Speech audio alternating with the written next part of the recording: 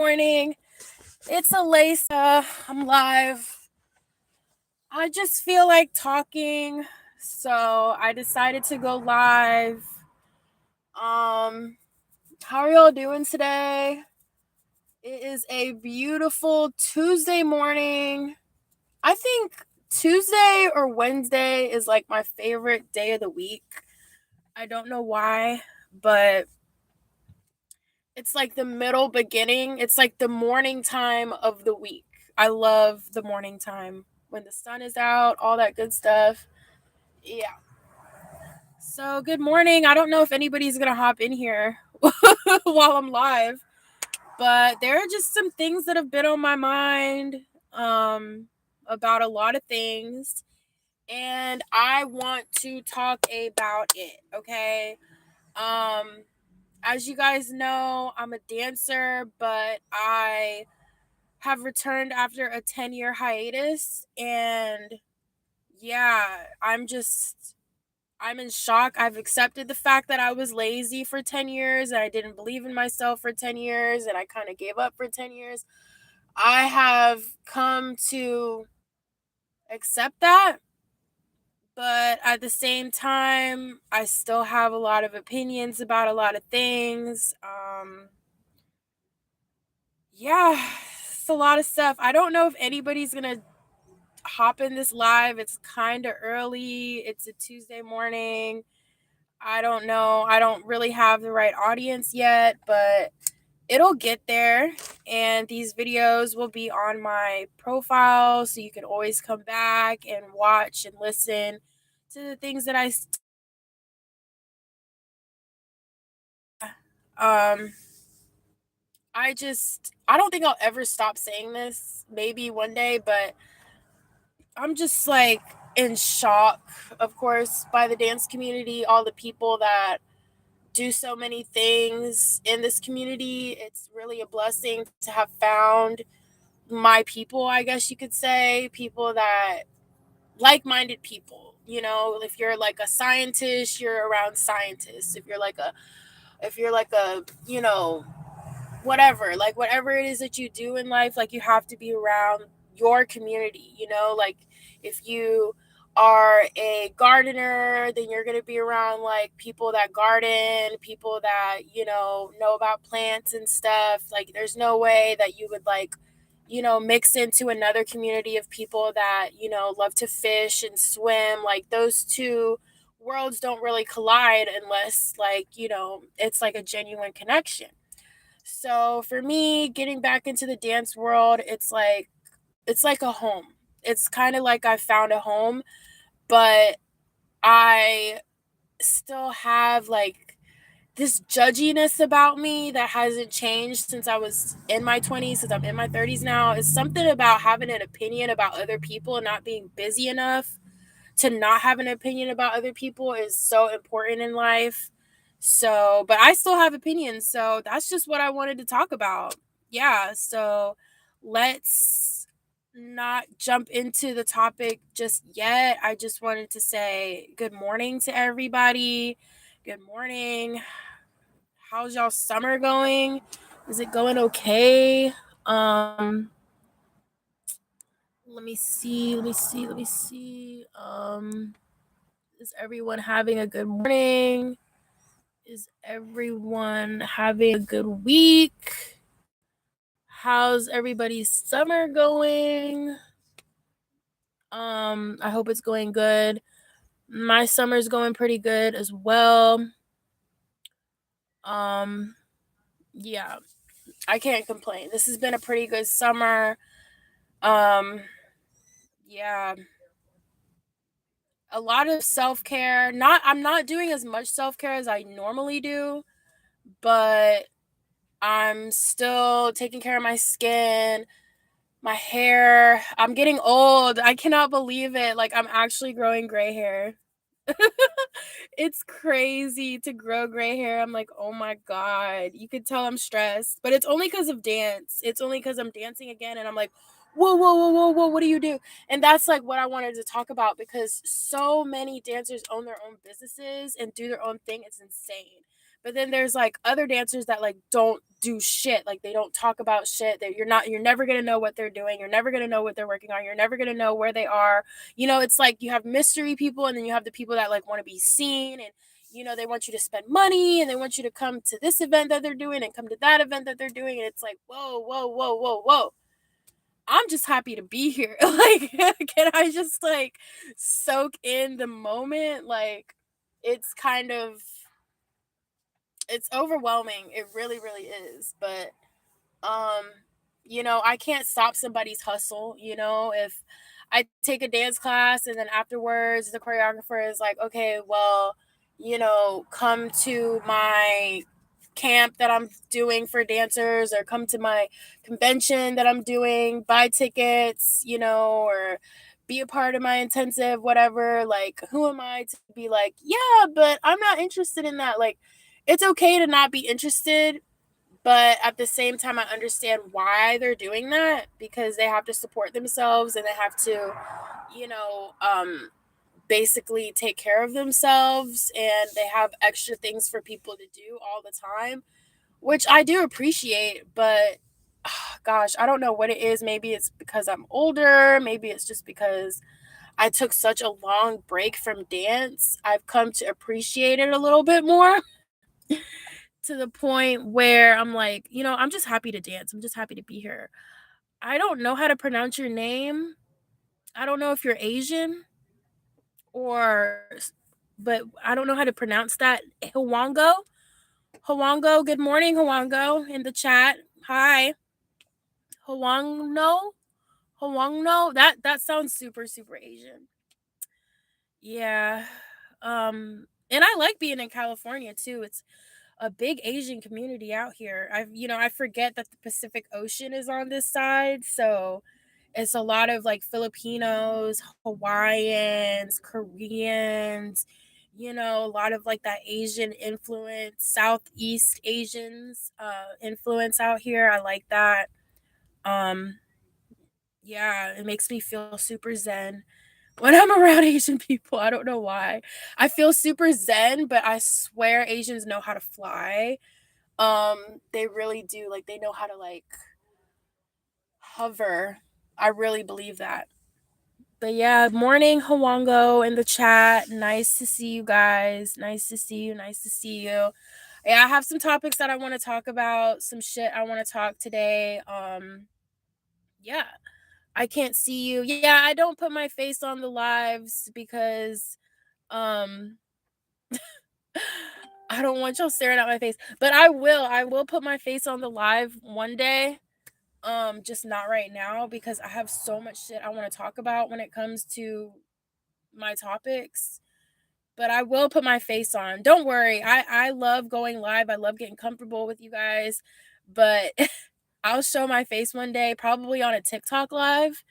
I like the TikTok lives a lot. They're funner than YouTube lives, but I'll go live probably on all platforms one day. I'll just go live on all platforms one day, so y'all can just see me and look at me, and y'all can make your own judgments and everything, because that's what I do.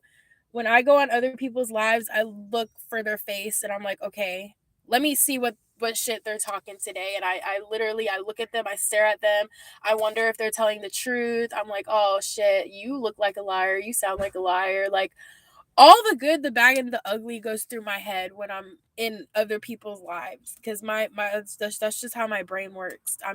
It just goes from A to Z.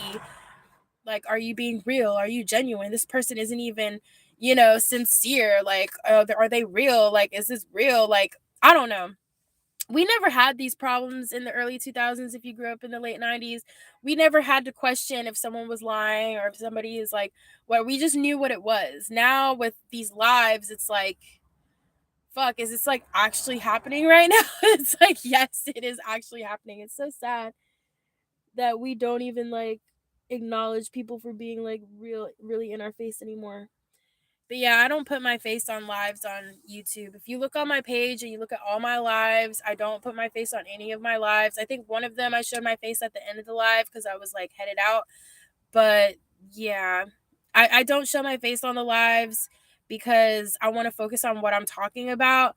But one day in the future, I will definitely show my face and show my surroundings, and we can get comfortable, and y'all can ask me whatever it is. We can talk about whatever you want to talk about. Maybe I'll do like a live where we could talk about whatever y'all want to talk about. Like, just put it in the chat and I'll talk about it. But for right now, I have my own topics and things that I want to talk about, because it's a lot of shit that's on my mind about dance. And if you don't like me talking about dance and you want me to talk about something else, this is not the live for that. Like I said, I'll do another live where we could talk about what y'all want to talk about. But if nobody suggests anything, if nobody has anything that they want to talk about, I will definitely talk about what I want to talk about. And it's going to be dance. So, yeah. I did not dance for 10 years of my life. I dropped out of college and I started working because I put all my energy into working a job. And I really thought I was doing a good job in my 20s, but apparently I wasn't. So I had to go back to dance. And lo and behold, the dance community can hold it down better for me than any of my 9-to-5 jobs could have. I worked so many jobs in my 20s. I really thought I was doing good. And the whole time my mom was like, Jesus, Alyssa, why don't you just dance? Like, oh my God. Who is this person? Hello. I could talk. I'm just 7 years old. I have school. I'm going. How do you have school? It's the summer. Like, school hasn't really started yet, has it? I don't think school has started yet.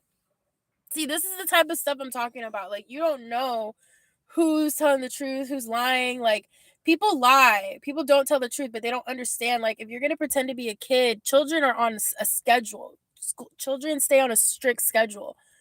So, if what you're saying doesn't add up to like a real child's schedule, like, I know you're lying. I have school.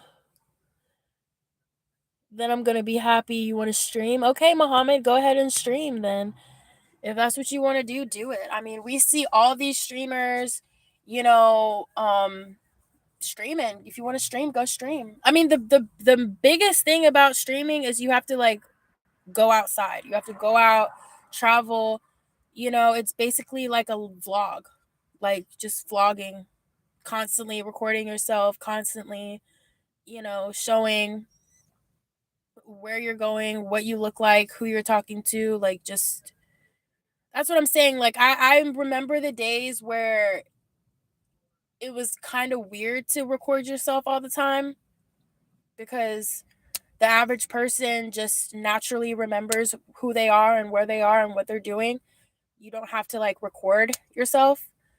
But yeah, if that's what you want to do, go ahead and do it. All right, let's get into the topic. So, first things first, I wanted to talk about are these dance challenges. If y'all don't know what a dance challenge is, it's basically when like a new song comes out or artist comes out with something musically or something like that. Basically, we make up dances to it and we share it online. And basically, everybody does the dance. Everybody, you know, records it, posts it, and it's like a wave. Everybody, the next person does it, the next person does it, the next person does it. Well, sometimes when I'm like on Instagram or TikTok sometimes and I'm looking for dance challenges to do, or I haven't found any good dance challenges, and I look at these dance challenges, some of them are really, really, really hard. Like, it shouldn't be longer than like 10-15 seconds, honestly. And some of these dance challenges are like 30 seconds long. And I'm like, what the fuck? Like, why are these dances so long? Why is it so intricate? This shit should be easy. Like, not saying like, oh, it's too hard or whatever, but dance, the only way you could like teach somebody else a dance, like share a dance with somebody else, it has to be easy. Like, it can't, like, you can tell when someone's just fucking around on the beat. If you're like trying to learn a dance and they're like, okay, now go this way, go that way, go up, go down, go left, go right, 180 degrees right here, you know, like turn up, down. Like, it's like, I cannot think straight. Like, dance is not supposed to be an algebra equation. Dance is not supposed to be, like, it's not supposed to be super, super fucking hard. The hard part about dance is supposed to be like, the stretching, the breathing, the balance, the strength, the flexibility. Like, that should be the hard part. But when it comes to the steps, that shit should be easy as fuck. And maybe this is me downplaying dance a little bit or whatever. You could call it what you want, whatever, but this shit just gets too fucking hard. I get on Instagram and I'm trying to learn these dances. It's like to the left, to the right, up, down, turn around. Your arm goes this way, your hand goes this way, and then you turn that way. Like, it's just too fucking hard. The dance is not supposed to be that fucking hard. Like, I don't know. These kids making these dance challenges, or these young adults making these dance challenges, it's like I can tell that they're making this shit really fucking hard. And that shit is not cool. Like, this shit is not supposed to be hard. If you look at Chris Brown's dance challenges, the way Chris Brown dances, it's easy. It's like a little bounce, little Michael Jackson crotch grab, you pop your hip thrust or something like that. It should be easy. Like, just think about that. Think about the way that Michael Jackson danced, since everybody's so inspired by Michael Jackson. Oh my God, I take Michael Jackson so seriously. Look at the way he dances. It's easy. The way that Michael Jackson dances is easy. The moonwalk, easy. That lean that he did in a Smooth Criminal, easy. That's what I'm saying. Like, everything that Michael Jackson did was easy. You can do it too. So why are all these dance challenges on TikTok, Instagram, even Facebook, why are they so fucking hard? Why does it take so much fucking time to do a little dance to like a little clip of a song? That it shouldn't be that fucking hard. That's all I'm saying. Like, it gets me frustrated, and I'm starting to see that these kids, they're just like, fuck it. If you're gonna do the dance challenge, do it. If you can't do it, you can change the choreography. It's the same shit. You can change the choreography and it's the same shit. Okay? So yeah, that's my rant about that. The dance challenges are too fucking hard. From now on, when I do my dance challenges and I post them on my YouTube, like how I do, I'm gonna start changing the moves. I'm gonna start changing the moves. I am, because I can't do everything exactly like how they do it on Instagram. So I'm gonna have to change some stuff around. I can feel it coming. Yeah, I'm definitely gonna have to change some stuff, because these dance challenges, if you see an artist do it and then you want to do it too, it's so hard. It shouldn't be that hard. It should be easy. Like, it's like it's like a feeling for me. Like, if I go to the left or I go to the right, and then the next move I feel like doing is to the left, but we keep going to the right. I'm like, why are we going to the right? Why is everything going to the right when clearly the natural flow of the body on this specific part should be going to the left? Am I the only person that feels this way right now? Like, it's not flowing. I'm talking so much shit right now, but I have to let it out. Like, when I'm learning a dance, not a dance challenge, but like an actual routine, and the whole thing is going to the left, or the whole thing is going to the right, and I feel like going to the left, I'm like, am I the only person that feels like going to the left? Like, it makes me question myself. I'm like, am I really a dancer? Because everybody else is going the opposite way. They don't have a problem going the opposite way. But I'm the only person that seems to have a problem going the opposite way. I'm like, am I the only person that wants to keep going to the left? Like, does nobody else want to go to the left? Everybody else just wants to keep going to the right. Turn right, turn right, turn to the right, left, right hand side, turn the right side. I'm like, fuck, I'm tired of going this one specific way. Like, when is everything going to start going the opposite way? Like, I don't want to go this way, but whatever. I never questioned it when I was a kid, but now as an adult, I'm like, dude, this just does not feel right. Like, I don't want to keep going this way. I want to go the opposite way.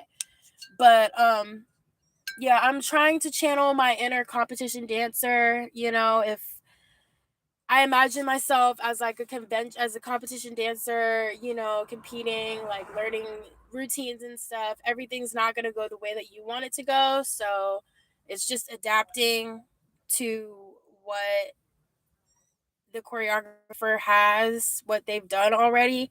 and just making it work. So dance challenges on Instagram can definitely help prepare you for that, because I'm just like, damn, I do not want to learn it like this. I don't want to do it this way. I want to do it another way. Like, oh my God. Yeah, these dance challenges, it be pissing me off. It really does piss me off sometimes. I'm like, does it have to be like that? And I try to pick easy dance challenges, not anything too hard, and I'm still struggling. So, yeah, that's that topic right there. These dance challenges are way too fucking hard.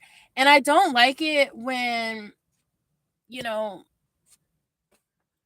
I look at the dance challenge and it's like, I don't know, maybe it's because I'm a millennial and I don't think a lot of Gen Z knows this, or Gen Alpha. I don't know if they know this, but we used to dance together. Like, guys and girls used to dance together. Like, a girl would shake her ass on a guy, and he would like grab your hips, grab your waist, and we used to dance together. Like, it was a lot of lower body movement. And it seems like Gen Z, they don't do that. They don't dance, they don't grind up on each other like how we used to.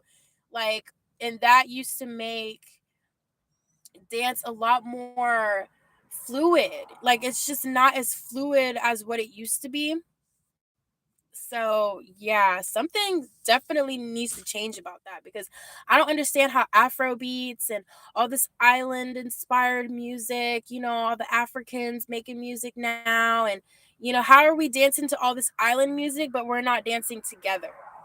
Like, it's kind of leaving African Americans out of it, because it's like, okay, that's how y'all dance. That's how y'all island people dance or whatever. But African Americans, like, we like to grind up on each other as well. And we know y'all do too. But for some reason, we're not seeing that in entertainment anymore. We're not seeing girls and guys dancing together, grinding on each other, hot and sweaty in the club on each other. We're not seeing that. So, yeah, I thought that was really, really weird. Maybe we should have more dance challenges with guys and girls dancing together, grinding up on each other. Like, I want to see more guys with their hands on girls' waists. Doesn't have to be a girl, but just I want to see just people dancing together more, like up on each other. Like, when Bad Bunny did the Super Bowl, that was like perfect. Like, that's how things used to be. Guys and girls grinding up on each other, guys and guys grinding up on each other, girls and girls. Like, we were just together. We were touching each other. We were feeling each other. We were rubbing on each other. Like, that is the synergy of dance. Like, that is the electricity of dance. Like, that's how it's supposed to be. Like, so I don't know why these dance challenges and a lot of these like routines and stuff, it's like people are afraid to get close to one another. Like, and maybe it's social media, maybe it's AI, but like, back in the late 90s, early 2000s, we were on top of each other, and it didn't matter what color you were. Okay, nobody cared if you were white, black, Mexican, whatever. We were grinding on each other. We were on each other. So, and we could feel each other. That's another thing. It's like we're so separated now. It's like, how are you a dancer? You can't feel up on each other. I can't feel you. You know what I mean? That's so important. That's what makes dance like just so, it's like an escape. It's like I can leave, for a while, and just feel beautiful or happy or safe or whatever it is that you feel while you're dancing with somebody else. You don't have to do it alone. So, yeah, these dance challenges are just not, I don't know. I'm talking a lot of shit. It's like, oh, well, if you don't like the dance challenges, why don't you make your own dance challenges? Whatever. I'm not gonna make dance challenges because I'm not a recording artist. I don't record music. Um, I tried it, but it's just not my thing. Like, I don't mind sitting here talking, but if I were sitting here singing for as long as I sit here and talk, I would never be able to talk again. Like, I'd rather just not speak, just dance. Because using my voice like this too much, singing, oh my God, I could never. Mm-mm, I could never. So, next topic I wanted to talk about is something that is very new to me. And this is something that I never want to explore, but this is something I'm going to have to talk about. It's, and this might get the video flagged. I don't know. I don't care. But apparently dancers, dance teachers, I've heard some people talk about this. Apparently some dancers, dance teachers, dance educators, coaches, whatever, apparently there are sexual predators in the dance world. And this is something I didn't know about until I started dancing in LA, started hearing people kind of talk about it. This is insane. Like, how are you a dancer and you're preying on people to force them to have sex with you? Like, that is weird. And I know dancers have a bad rep for being like, overly sexual, whatever. Okay, it may be true. But if you're a dancer, dance teacher, dance educator, and you are like basically starting your own cult, and you're like forcing people to like be around you and like have sex with you and do all these weird things, like, that is so low vibrational. And as a dancer, you have to stay high vibrational. Like, I've heard dancers complain about, how they're treated and how they do this and how the energy is so low, whatever. The energy is like that because you are like that. Like, if you don't want to be treated a certain way, or you don't want to be like, in an unsafe environment, whatever, you have to raise your vibration. Like, you have to raise your vibes. Like, what are you doing wrong? Are you showering enough? Are you taking care of yourself? Are you eating good? Like, usually if you're being faced with like people mistreating you, you're constantly crossing paths with people that want to like, you know, take advantage of you sexually, take advantage of you all the time, whatever. There's something that you're not doing right as a dancer. Like, what are you doing wrong? Are you showering regularly? Are you eating a good diet? Are you getting 8 hours of sleep? Are you, stretching? Are you, taking care of yourself? Because all that time that somebody could be, you know, um, harassing you or like molesting you or trying to do sexual things with you, all that time that they're taking all your attention, you could be using that time to practice dance. You could be using that time to, do an Epsom salt bath. Like, you could be getting a foot massage. Like, all that time that somebody could be taking advantage of you sexually, you could be taking care of yourself. I just wanted to talk about that because it's so weird, and nobody has ever done that to me. I've never, because obviously I'm not in those spaces, but I just can think and only imagine like a dancer forcing someone to do something for them for a sexual favor as a dancer. Like, are you serious? Like, either you can do it or you can't do it. Like, why does sex have to be involved in everything? It's really, really weird. It's like people don't want to like open their eyes and see, is this person talented? Yes or no? Can this person dance? Yes or no? Can this person choreograph? Can this person perform? It's like, why does sex have to be a part of it? Like, why can't we just tell each other the truth, acknowledge the truth? The truth is you can either do it or you can't. And if you can't do it, then you're not going to do it. Like, why does it have to be, oh, well, maybe if I could do this for you, maybe I can. It's like, that's the degrading part. That's why people degrade dancers. That's why people look down on dancers, because you're so focused on that low vibrational sexual favor for a favor type of behavior. That's why you're not getting treated well. That's why people don't treat you well, because you're obsessed with doing sexual favors to do a job or to appear somewhere or to do something when you could have just been yourself, because every opportunity is not an opportunity that needs to be taken. Like, the fact that a dancer is like could be a sexual predator, like, is so, I mean, that's sad. Honestly, in my opinion, that's sad. That means that there's something about that dancer or that teacher, that choreographer, they don't feel good about themselves. They are battling demons, and they're putting it on their students. They're putting those demons on their their students. They're on the future. And that's hindering the future of the art form. We just need to learn how to leave each other the fuck alone. Like, seriously. Me, since I've been in LA and I've met like other people that love to dance, like actors, people that don't like dance, like, but they do like to dance, but they're primarily like actors or writers, they complain about that type of shit a lot. They're like, why, like, fetish, having a fetish, and having sexual fantasies about people. I mean, you can't stop somebody from being attracted to you, but the only way you could really protect yourself and stop like that from happening to you, like, you have to stand up for yourself. Like, you can't just let people feel that way about you or think that way about you and just not say anything and not do anything about it.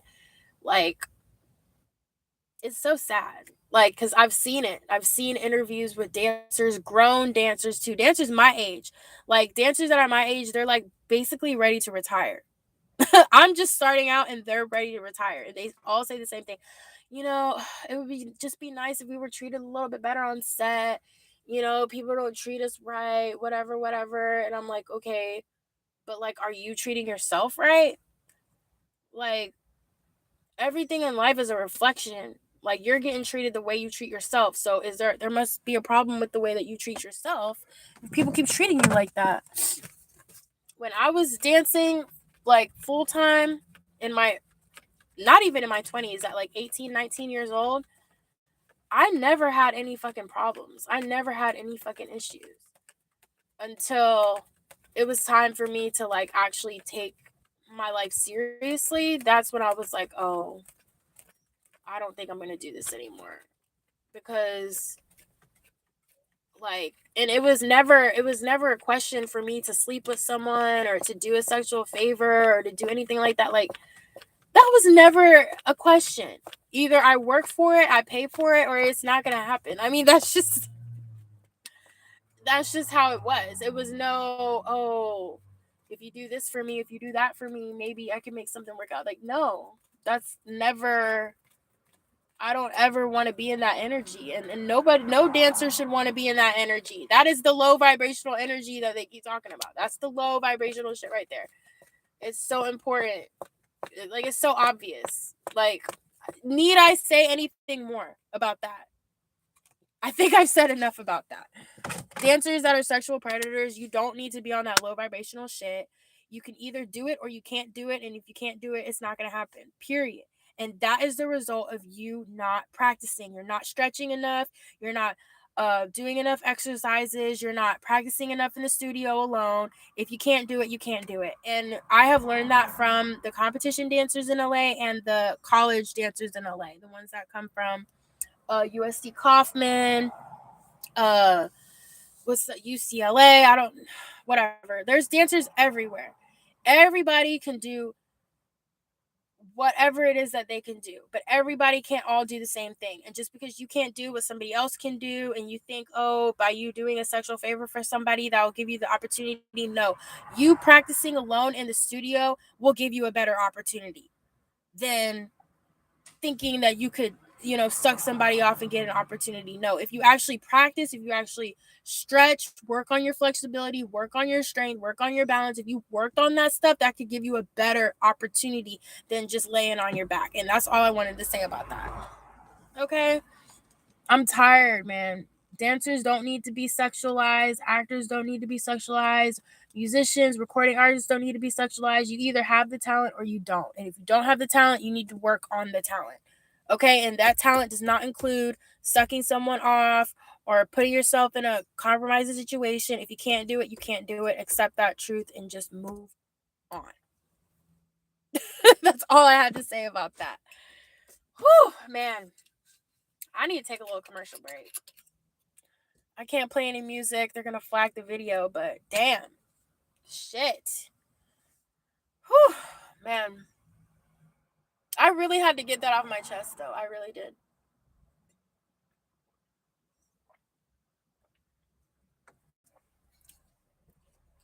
Man. Dance is just, it's that thing. Like, it's not just dance, it's music, it's the arts, period. If you're not talented, if you can't do it, you can't do it. And if you put yourself in that situation where, oh, maybe if we spend a little time together, maybe, you're putting yourself in that dark energy, and you're not gonna like it. Like, nobody likes that dark energy, like, unless it's with someone you actually like. But for an opportunity, I could never. I'm sorry. If I'm being intimate with you or whatever, it's because I want to be intimate with you. I don't want to get anything out of it. No, period. I just want that moment, and that's it. Like, there's, like, whatever.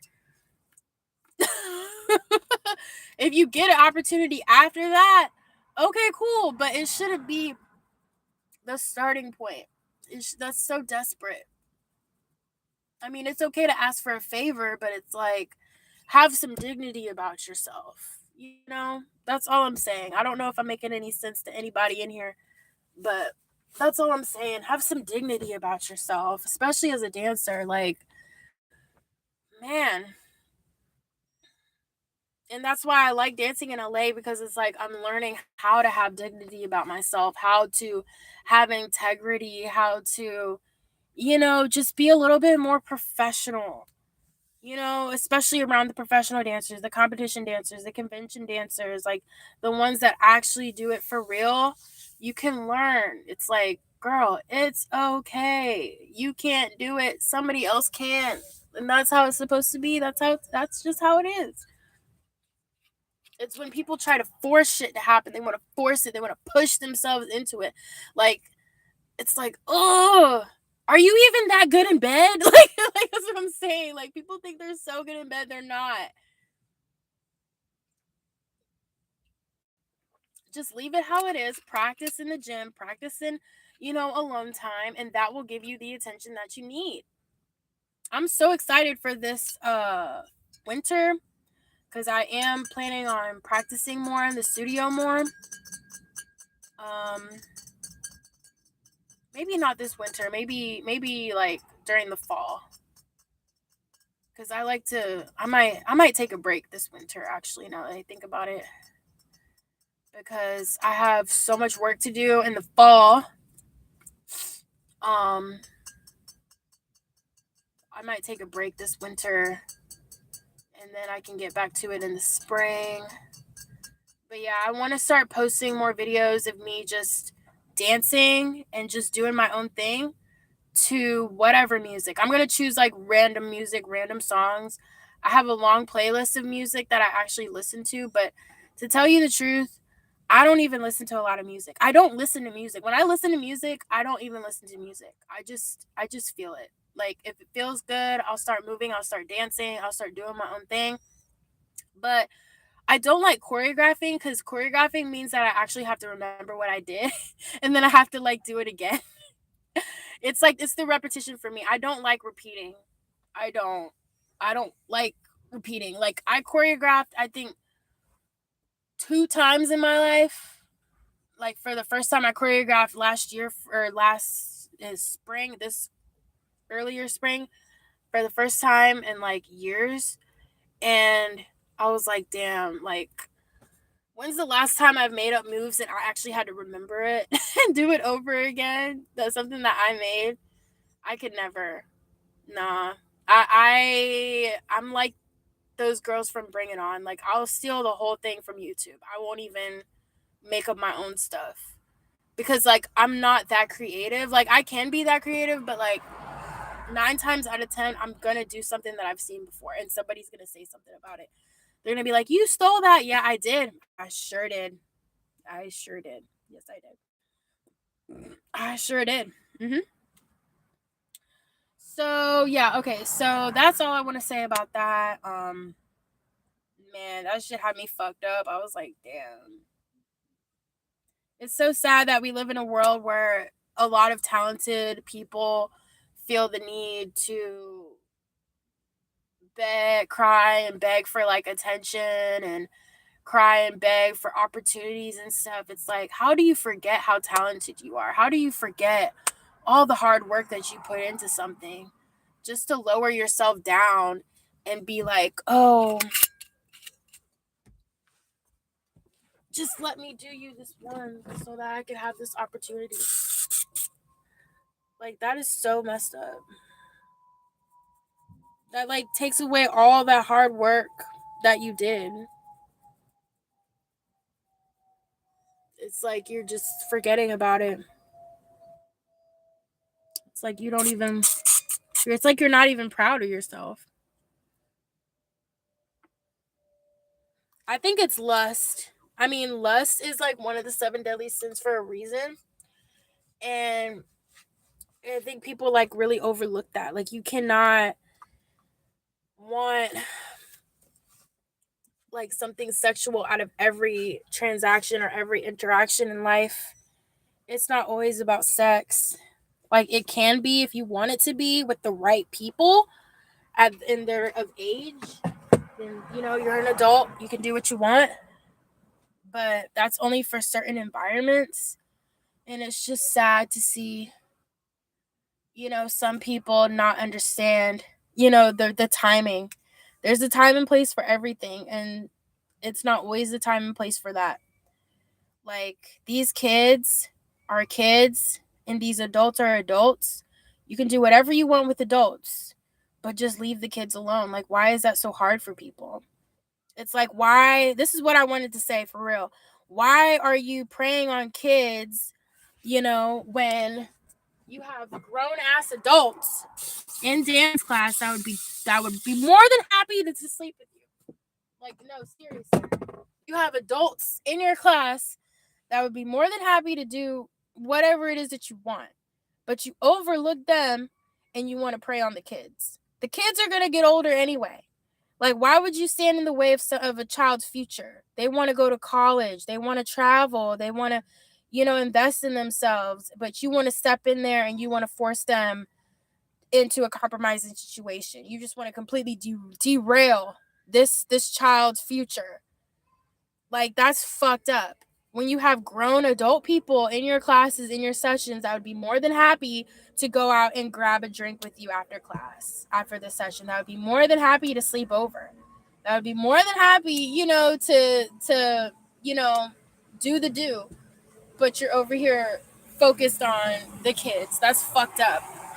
Your eyes are definitely not on the prize. You're not focusing on the actual possibilities. That's fucked up. That's sad. So sad. So yeah, that's what I wanted to say about that. Um Next topic is class videos. Okay, if you have danced at the dance studios and you see that the teachers or the choreographers are picking people for videos, and I know the teachers are always like, oh, don't get mad if you don't get picked for a class video. We're going to make videos because these are the videos that go viral. These are the videos that go viral on YouTube and they go viral on Instagram. And you want to be in the video so bad. But if you're not in the video, you're just not in the video. And it's so sad because the teachers are like, oh, don't be mad that you didn't get picked for the video. Don't get mad. I'm like, listen. We know why we didn't get picked for those videos, okay? We know why. I know why I didn't get picked for these videos. Okay, I don't look good. I don't feel good. I'm not dressed in the cutest outfit. I don't look my best today. It's like, I know why. And when I get picked for videos, I don't know why I got picked for the video. It's weird. It's like, I know why I don't get picked for the videos, but I do know why I do get. I don't know why I do get picked, but I do know why I don't get picked. If that makes any sense. I do know why I don't get picked, but I don't know when I do get picked because it's just out of nowhere. Like, yeah. But when I don't get picked, I know why I did not get picked. I don't look good. I don't feel good. I'm not, it's a vibe. And the vibe is either there or it's not there. And it's a feeling. And it's just something that just randomly happens. You're either in it or you're not in it. You're either in the video or you're not in the video. And when I don't get picked, it's like I know exactly why I didn't get picked. And that's when I take the opportunity to watch because I love watching dance groups at the studio. I do. I love it when we separate and I love it when they pick certain people that like stand out because I'm not seeing everybody. I can't see everything. So when the teacher actually like picks out people or the choreographer picks out people from their music video or from their show cuz sometimes they'll bring people in like you know I'm like damn. Like like I'm like whoa. You know it just blows me away every time. I love to see it. I really do. Like I'm just so excited because like when I start practicing in the studio this fall, um I think I'm gonna start working on things that I could probably do like as a solo in class or during like class videos. Like some people have like a signature thing that they do. I mean, of course, the competition dancers they have like their signature tilts, their jumps that they do. There's a trick. Every dancer has like a trick that they can do and they're really really good at. So, I don't have a trick, but I do like splits. I like turns and let me see. I like poses. I think I'm a poser. Like not like a poser like in real life, a poser, but like I like poses. Like I like kind of like a model. But I'm not a model. Like I'm kind of like Kim Kardashian, like I'm too short, I'm too thick. I can't really be a model, but I like Kim Kardashian because she models like her own stuff and she lets people see her like that and then it's like people can see the vision like okay, maybe she can, promote this or promote that. Like her body may not be the ideal body. Like even though she has a fat ass and big boobs, that's not the ideal body. Everybody knows that. Slim, skinny, flat chested, flat booty. That is like the ideal body. I know people don't want to talk about it. They don't want to hear it, but it is the ideal body. Flat ass, flat titties, no stomach. That's like the perfect body because you could put them in anything. You can put them out there damn near naked. You could put them out there fully clothed and they look good either way because their body is like so small and flat. It's like they can almost pull anything off. Okay? And that's just my opinion as a person that looks at bodies all the time. That's what I see. In my opinion, the flat chested, flat ass, no stomach is like ideal. Like it's like the one body that like a lot of people are attracted to is like the very very slim, very skinny, no titties, no ass because you could literally pull anything off. You could pull off a bikini, you could pull off a dress, you could pull off a a poncho. I mean, you could wear anything and it looks good on you because you're small. Like, but if you're big, you don't have that much like leeway to go lean into either whatever. This is just my opinion. This is just how I feel. But yeah, going back to the class videos, like my body may not be what they're looking for. I may not be, wearing the thing that they think is good to wear. I may not look the way that they think that I should look, but I feel like, I'm starting off. I'm still new to dance, coming back to it after all this time. But yeah, like when I'm not in a dance video, I know why I'm not in the video. I know why. I don't look good. I don't feel good. I'm not I'm just not there. I mean, I'm not in that state of mind. Because sometimes I don't always go to a class or a session because I feel good or because I look good. Sometimes I'm just there to work on certain things like floor work, turns, jumps, whatever it is that we're doing. That's what I'm trying to focus on. That's what I'm trying to like work on or whatever. But for the most part, I know why I'm not in the video. I know why I'm not there. I know why I didn't get picked. I mean, we all know why we don't get picked. It's like, don't let that piss you off. Like, that's like the main thing. If you don't get picked, don't let it piss you off. Like, I could let it piss me off. I could let it, make me upset, but why would I do that to myself when I could just sit down and enjoy everybody else dancing? Like, everything doesn't have to happen at the time that you think it's supposed to happen. And I love that about life. That's like my favorite thing about life, because us as humans, it's like we always want to do everything on the right time, the right day, the right time, the right moment. And it's like you can't do it on your own. You need other people to help you. You need a community. You need outside people that don't see things the way that you see things. Like, that's like, I love that, because you can't do everything. You can't get the timing right on your own. You're going to need other eyes to see. You know what I mean? That's just how I feel. I like that. There's something about there's something about when people get together and work together that's like the most beautiful thing. Have y'all seen that Spider-Man movie? Everybody keeps saying the movie was good. Like, that was a good movie. Something about Zendaya, man. That girl is a hardworking girl, and we have watched her grow up, and now she's a grown-ass woman, and she's doing all these movies. I mean, she's beautiful. I mean, I'm inspired. I am. Like, watching Zendaya, watching her grow up, and the way that she just kept working during the pandemic, and all that stuff that was going on. She just kept going and going and going. I was like, wow. I'm on whatever she's on. You know what I mean? Like, just keep going. Like, just keep getting up, keep showing up. She has a man in her life. She's in love. It's beautiful. It's beautiful. I love that. But yeah, not getting picked for dance class videos, especially in LA, New York, wherever it is that you are, don't let it bother you to not be in a class video. You can make your own class video. You can do whatever you want on your own.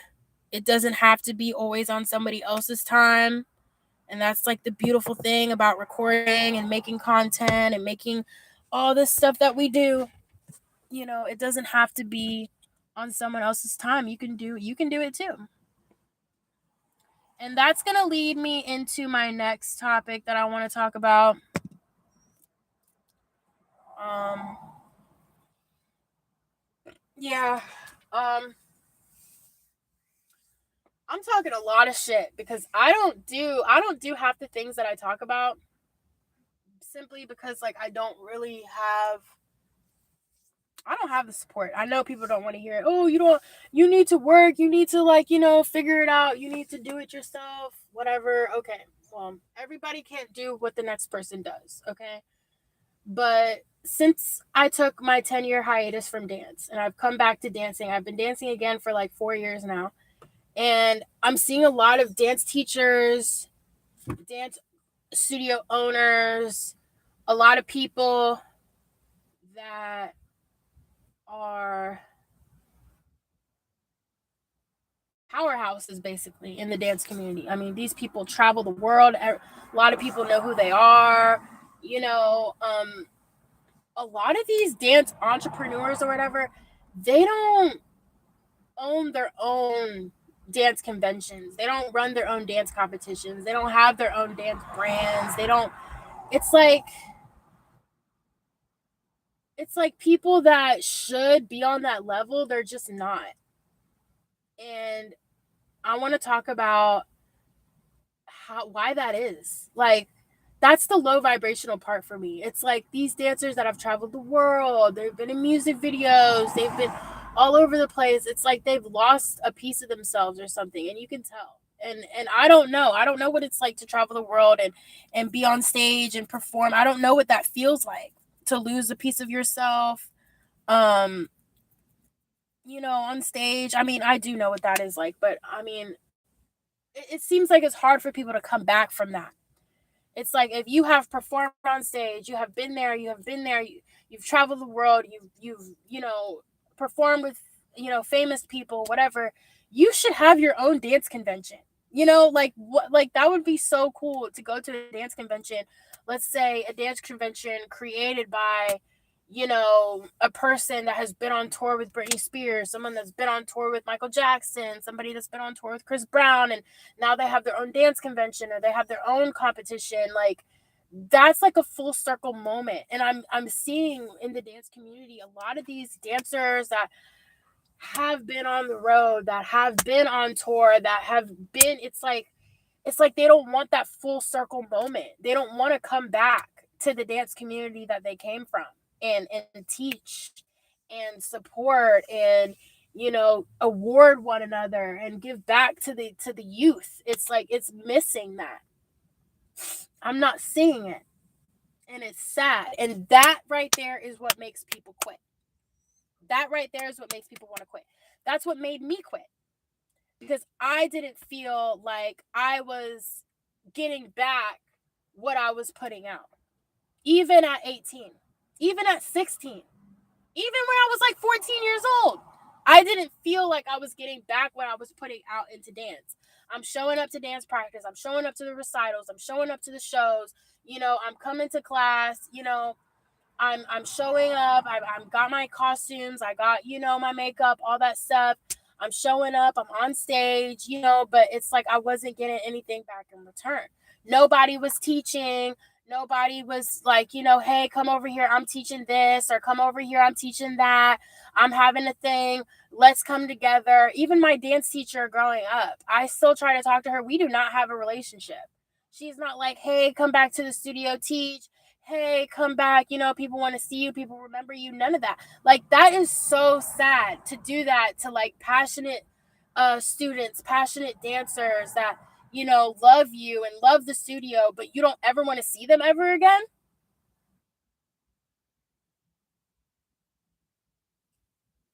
Like what like dancers are so fucking mean to one another. It is, and nobody talks about it. Nobody talks about it. I'm gonna talk about it because the pride is on level 10. The fact that you could do a trick, the fact that you can do a leap, do a jump, do a back bend, you can do a back handspring. Okay, great for you. You can do that. Somebody else cannot do that. But that doesn't make you better than somebody else. That just means that you're practicing more, you're stretching more, you're more flexible, you're actually putting in more time than that person is. And that's just how it is. But there's something about when you're practicing, when you're dancing, when you're rehearsing, performing, to do all of that, to get off stage and you never see that teacher ever again. You never see that director ever again. You never see that owner of that studio ever again. It's like, what was it all for? To never connect with the community ever again. That is fucked up. And that is something that people should talk about, because why are you spending all this time on this craft, whatever it is, dance, singing, music, whatever, and to only never see each other ever again? That's fucked up. That's really fucked up. A community is supposed to last a lifetime. It's supposed to last generations. You know what I mean? And to go through all of that and never see each other ever again is just really fucked up. It is. A lot of these dancers should have their own dance conventions. It's almost like, I know people come to LA, Hollywood to be a kid forever, but how are you going to be a kid forever if you're broke?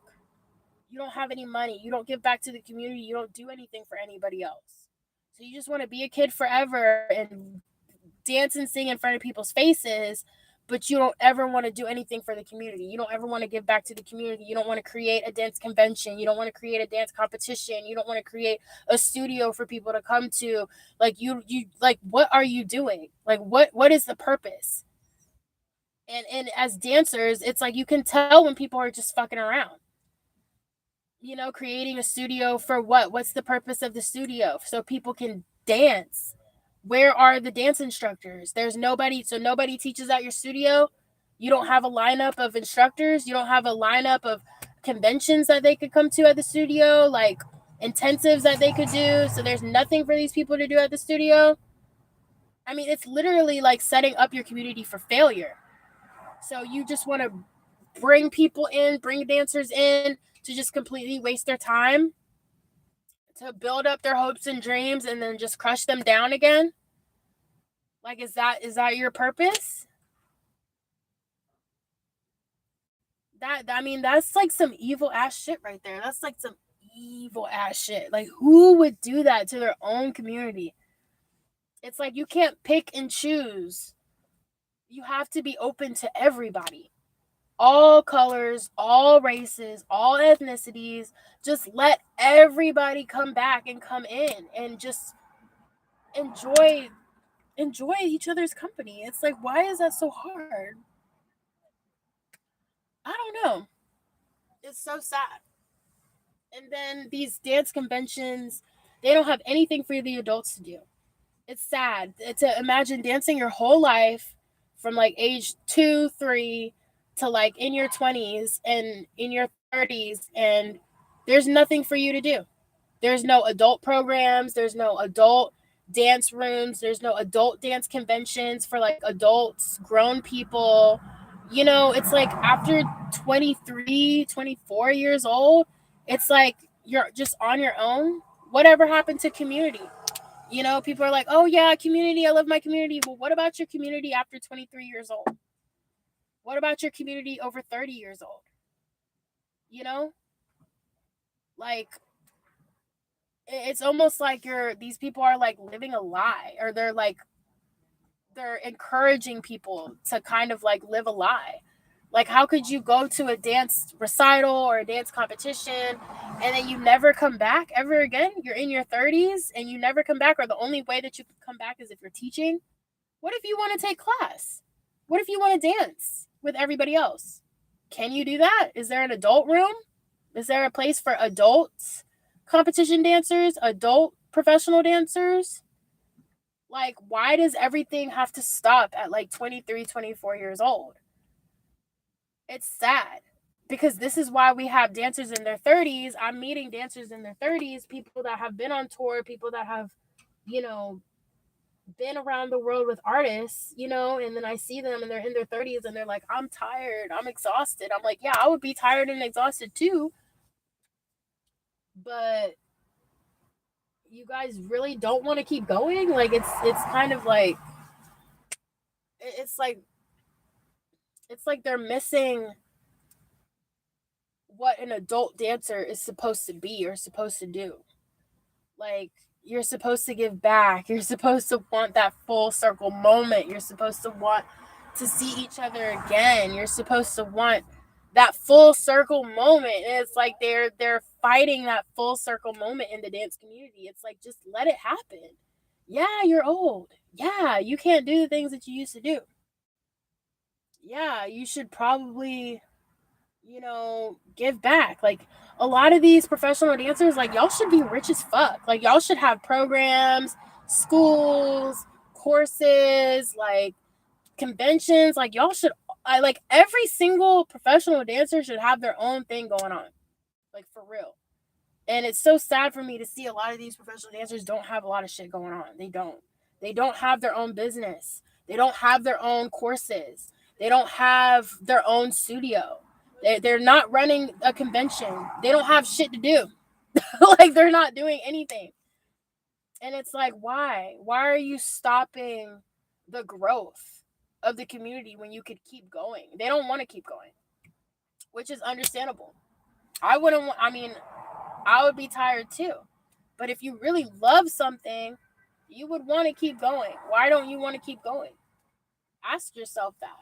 As a professional dancer, why don't you want to keep going? Why don't you want to keep teaching? Why don't you want to see these your students again? Why don't you want to see these families again? Why don't you want to keep going? Like, that is low vibrational. If you're an artist and you don't want to keep going after 23, 24, like your prime years, and you don't want to keep going, that's a problem. It's like, why? Are you in love? Do you have kids? Are you in school? Do you want to do something else? Like, that's deep. And when you try to stop that full circle moment, you're hindering the community, you're not helping the kids, and you're promoting more low vibrational dark shit to go down by not encouraging people to keep going, to want people to keep going. Like, that's not doing any good for anybody. I just wanted to say, like, a lot of these professional dancers, a lot of these people, they should be thriving business wise. They should be thriving, and they're not, because seems like the focus is off. I don't know. Maybe it's the money. Maybe people are too focused on the money. They're not focused on the community, the people. Maybe it's social media. People don't want to talk to people anymore. People don't want to talk to people anymore. I mean, they'd rather go live on Instagram, like I'm going live on YouTube. Like, they don't want to talk to each other anymore. Dance is so fucking weird because everybody's not proud of you. And it's fucked up. Some people are proud of you, some people hate you. And it's fucked up. It's like we're all trying to find our own space to where we can be around people that are like actually happy for us and proud of us and want to see us do well and want to see us do good. But sometimes that means being around people that don't want to see you do good and don't want to see you do well. It's like you have to kind of weave through the bad to get to the good. And that takes time. That takes, you know, effort. And that's something a lot of dancers, a lot of people don't want to do. They don't want to put in the effort because the ego is so big. Like, especially in the entertainment industry, people just think they're so damn beautiful. You're so hot. You're so talented. Like, everything should just be handed to you. You shouldn't have to work for shit. Especially in LA. Like, oh yeah, just wire me the money. Just put in the deposit because I'm just so beautiful. And, I know all the right places, to touch you and make you feel good. Everything should just be handed to me. It's like, no, like, you have to work. Like, you have to actually try. Come up with an idea and actually try to make it real. Try to make it happen. Like, I don't know. This is why I'm so confused. I'm like, God, why did you bring me back to the dance world, the dance community, when, I feel like I'm the only person that, like, is noticing these things? Like, what am I supposed to do about this? Just pretend like I don't see it? Pretend like I don't, because that's not really how I rock. I see everything. I experience everything. But I don't know. Like, a person, for me, I like to see people thrive and people do good and people move on with their lives. And, like, that's what I want to see, growth. Because I can't grow if I'm not around people that are not growing. Like, I learned that in my 20s. Like, when I was working regular 9-to-5 jobs, I was like, nobody around me is growing. Like, people around me, they're not coming to work in a new car. They're not coming to work, with anything new. Like, it's like everything is the same. Like, my same coworkers walking to work 2 years later, they're still walking to work. Like, that type of shit. Like, there's no growth. And in the dance community, you can grow, but it's like, I don't know, people, they don't want to grow.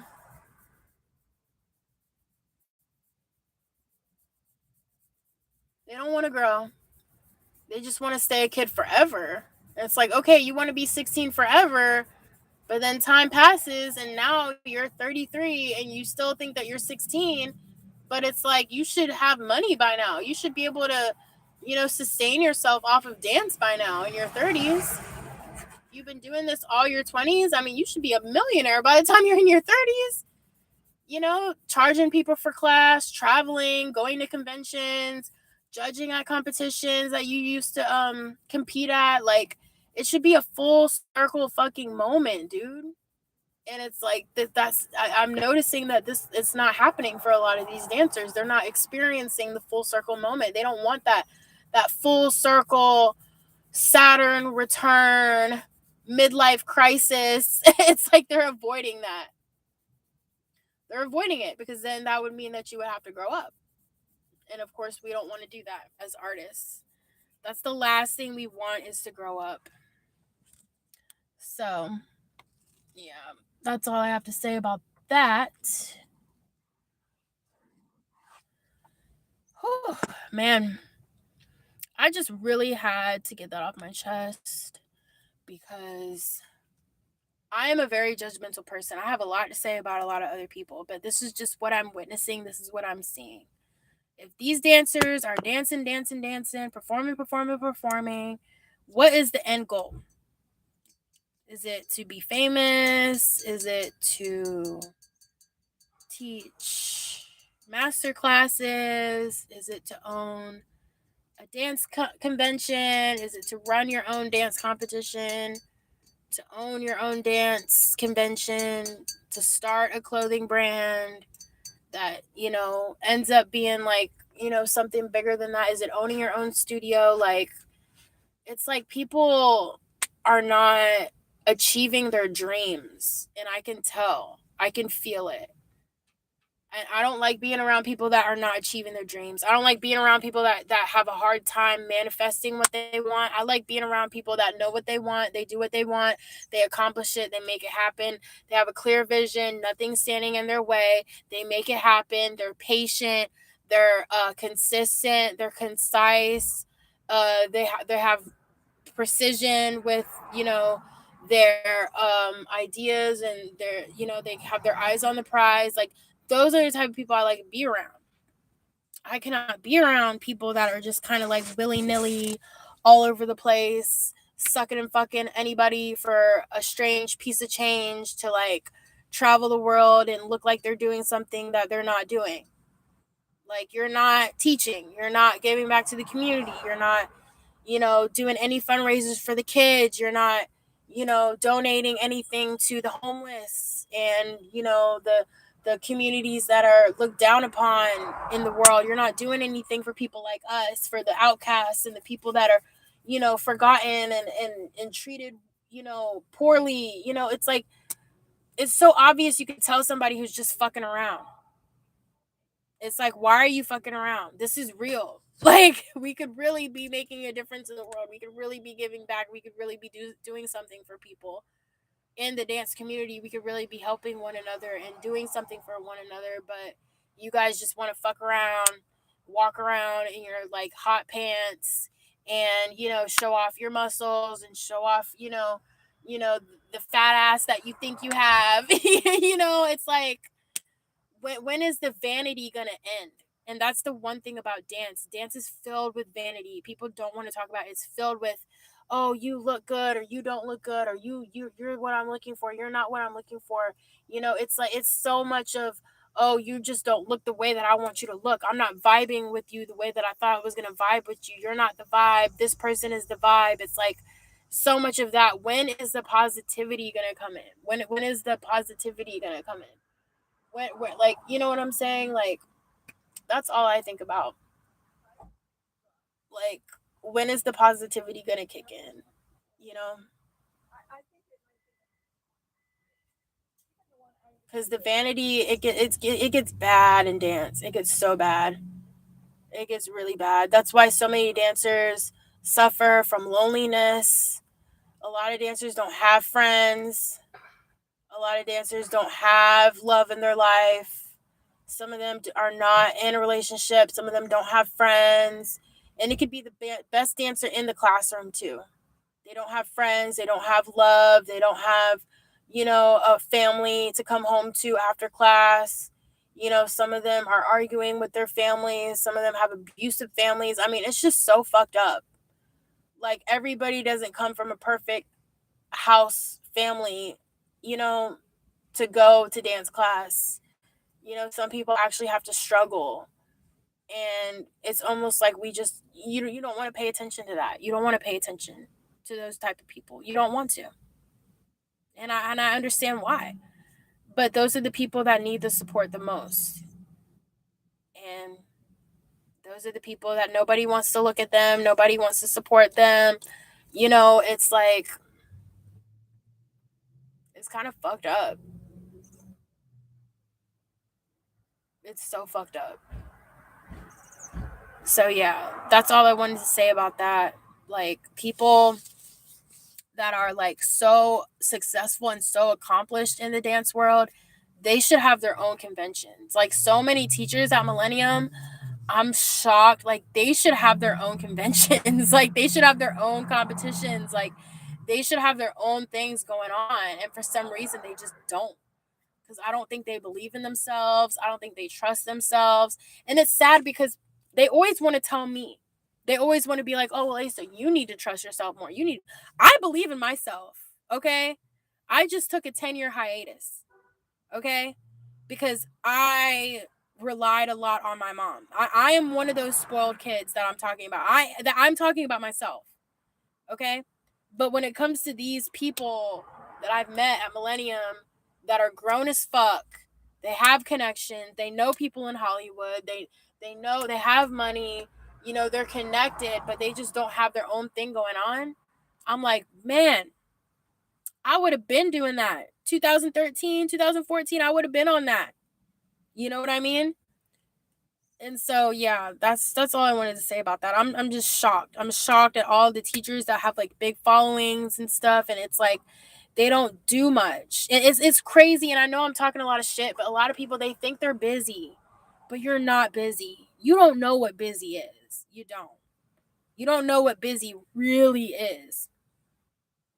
Because what they're doing is not what the community needs. When you're doing something that somebody needs, that's busy. That's real work.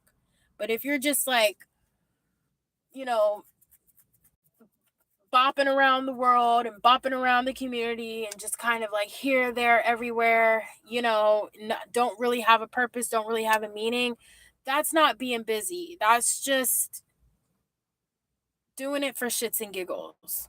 And I know everybody doesn't really know what they're doing at the beginning. Like, you don't really understand, but over time, it's like it should reveal itself to you what you need to be doing, where you need to be, what you need to be doing. That's what you need to be doing. But when it comes to all that extra stuff, like just being all over the place for no reason because you want to get paid, because you want money, I don't know. It's kind of pointless to me. It's just kind of like, what is the reason? What is the purpose? What is the point?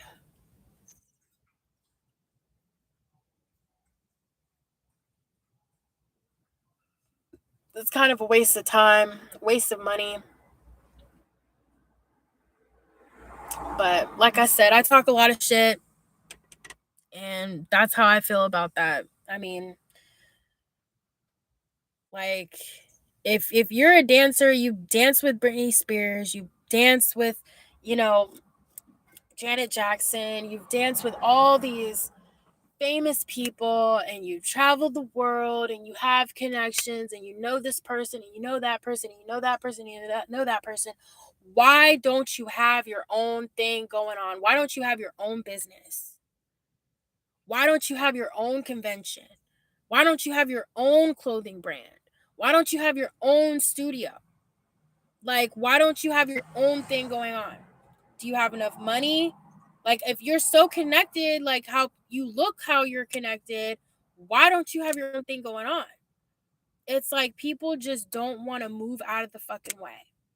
Not saying that anybody's in my way or anything like that, but when you are stalling like that and you're just kind of, milking other people's time and milking other people's energy and all that stuff, it's like you're wasting. It's like you're kind of like just wasting. It's and I mean I don't want to judge. I don't want to talk shit or whatever, but it's like when is the next chapter going to begin? You know, how much do you really need to do until you realize that you are a person of that caliber that you deserve to have your own convention. You should have your own competition. Like people know you, people see you. It's like you have to position yourself in that position. And I think that's something a lot of the dancers don't understand. And that's something that I didn't understand. That's one of the reasons why I quit, because I didn't understand that I had to put myself in that position. Now I know that I'm older and so much time has passed. Now I'm like, okay, if I want to do it, I need to put myself in that position. Some people understand that when they're 16. Some people don't understand it until after their 30s, like me. But everything happens at different times that it's supposed to happen. But I mean, some people get it, some people just don't. And I'm seeing in the dance community, a lot of them don't get it. And it's crazy because they're my age and they've been doing this all this time. You know, those viral videos from 2015, 2016, and now it's 2026, 10 years later, and they haven't done anything. That's what I'm saying. They haven't accomplished anything. Like I want to see more dancers owning their own clothing brands, more dancers, you know, owning their own conventions, running their own conventions, owning more studios. There should be more studios. There should be more places for people to teach. There should be more places for people to make money from dance. You know? Like why are these dance studios shutting down? Why are these dance studios not standing the test of time? Why are they only being open for like 7 or 10 years and then they're shutting down and you never see it ever again? These studios should be lasting generations. You know, people need a stable place to grow. You know, they need a stable place to come back to. That's why these studios in Hollywood, LA, it's so important. Even the studios that they've been building in Atlanta, the studios that they have in New York, like these studios are essential to the longevity and the success of artists. Like you need a studio, you need a place to go, you need a place so you can grow and you can learn how to support yourself, how to sustain yourself. Like you need a place where you can just kind of like spread your wings and you can do your own thing and you can learn how to do your own thing. And then eventually you leave. But for some reason, it's like a lot of these dancers, dance teachers, coaches, whatever, they're having a hard time spreading their wings. They're having a hard time learning how to fly. I'm seeing this. It's like they don't know how to just go. And, you know, I'm not saying that I could do anything better than anybody else, but as soon as the opportunity presents itself to me, I'm definitely taking it for sure. For sure. Whatever that is. I don't know if I'm meant to be a studio owner or a brand owner, or if I'm supposed to run a convention, or if I'm supposed to have my own judging competition for dance. I don't know what I'm supposed to do, but whenever it happens, I'm definitely taking it. I'm definitely moving the fuck on with my life. For sure. For sure. Mm-hmm. And this is one of the hardest things for artists to do, is just it's like how to grow up without growing up. That's like that's the roughest, toughest thing to do as an artist. How do you grow up without growing up? And once you figure that out, you're good. And I feel like, you know, people just don't want to chill the fuck out. I feel like that's the biggest thing. That's why artists like Justin Bieber, um, you know, Janet Jackson, who else? Not Lionel Richie. What's that other guy's name? Lenny Kravitz. Like I'm talking about like older people. It's like older artists. It's like they stand the test of time because they know how to chill the fuck out. Like just relax. It's okay. Like especially in the dance community, it's like so many people are like nervous. Like they're on one. Like I'll go to like master classes with like prominent dance choreographers, and it's like they're on one, and I'm like, what the fuck? Like I'm trying to chill the fuck out. I'm trying to relax. I'm trying to learn this choreography. I'm trying to chill. I'm not trying to be on level 10. Okay? I'm trying to be zen. I'm trying to be cool. You know? And it's almost like that calmness has been like disturbed or something. Maybe it's because there's a lot of dancers that are actually actors, a lot of musicians that are trying to get into dance. It's a lot of people that they're not really dancers. They're kind of crossing over, and it kind of like affects the energy. But it does not have to be like that. That's all I wanted to say. Like it really doesn't have to be like that. It's almost like the value, self-value, and the self-worth of a lot of dancers has been like tarnished or something. That's something that I struggled with too. It's like I do have value as a dancer. I am worth something as a dancer. The competition dancers, they get that, of course, because they've invested a lot of their life and their time into this. But it's like other people, they don't get it because they didn't put in the work. But when you start putting in the work and you start from scratch and you actually realize like, whoa, there is value in this. Oh, I am worthy. Oh, just as an artist, singer, writer, dancer, whatever, writer, whatever, you realize, oh, there is value. Oh, I am worth. Oh, there is money in this. Oh, there is a community. Oh, there is support. It's like that's your time to fly. That's your time to shine. That's your time to spread your wings and to grow.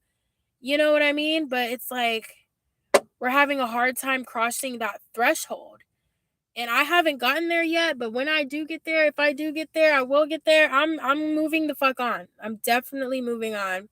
Definitely going to have, whatever it is that I do, something to sell, something to give back to the community. I'm definitely going to move on. Because that's the whole point. Is to help people grow and move on and sustain themselves. But a lot of these dancers, dance teachers, dance choreographers, they're not sustaining themselves. They're not doing it. Some of them are because they're trusting themselves. If you look at Tyla, her choreographer, her dancers are sustaining themselves. Tinashe, her choreographer, her dancers are sustaining themselves. Tate McRae, they're sustaining themselves. Adela, they're sustaining themselves. The Slovakian pop star, her dancers are sustaining themselves. I've taken some classes with some of her professional dancers. They're definitely sustaining themselves. They're doing the work. And I know it can seem intimidating, but this is the beauty of it all, in my opinion, is the hustle. There's beauty in the hustle. There's beauty in getting up every day, trying, not giving up, taking your time. If that's your speed, you know what I mean? Like there's beauty in that. And it's almost like we're not seeing it. Nobody wants to see it. Nobody wants to share it. Nobody wants to record it, you know? And it's beautiful seeing dancers and choreographers, become creative directors. Even Lady Gaga, there's beauty in her hustle too. I know people talk shit, whatever, but her dancers, that's what I'm saying. Like, people, if you have danced with Lady Gaga, if you've been in a music video with Lady Gaga, if you've been on tour with Lady Gaga, you deserve your own dance convention. You deserve your own dance competition. You should, like, people should know who you are. Danced with Lady Gaga, so and so, danced with Britney Spears, so and so, dance. Like, you should be remembered for that. I mean, what, like, where is this whole looking down on a dancer for dancing with a celebrity? Why is that such a bad thing? Why is that such a look down upon thing? If you dance with a musician, you dance with an artist, that is legendary. Like, even the boy bands that are coming out, what are they, December 10, Full Circle Boys, not B2K, BYG, I think is their name, 2BYG or something like that, Solidified, JYT, like there's so many, Cat's Eye, there's so many like artists and musicians out here. Like, do you not want to be in their music videos? Do you not want to go on tour with them? Like, do you not want to be seen with these people? I do. Get in where I fit in. Somewhere, anywhere.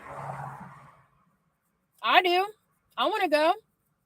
I want to build that name for myself, you know, so that I can start a business and people can be like, oh, wow, she was on tour with this person. She was on stage with this person. She, you know, even one of the dancers that was in the JYT music video, No Pressure video, that girl did amazing.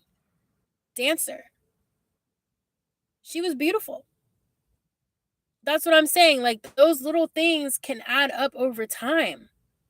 And it's like you can it's for you to build up your own um I don't know the word repertoire or like a your own like you know resume or something. Like you can build that up and then create something for people to come to. Like that's respect. It's almost like dancers have lost their self-respect. And I get that. I lost my self-respect when I was 18 too. I was like, fuck this shit.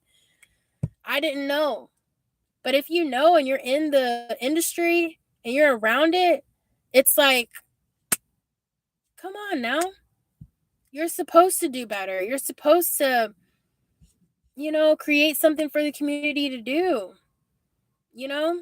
There's this one girl, I've been going to her classes a lot. She does a lot of artist classes. Like she brings a lot of like musicians to class and stuff like that.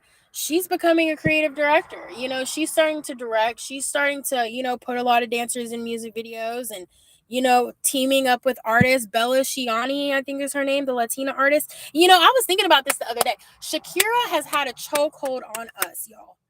I love Shakira and everything, but I'm tired of Shakira, honestly. Tired of seeing her shake her ass on stage for like 4, 5, 6 hours.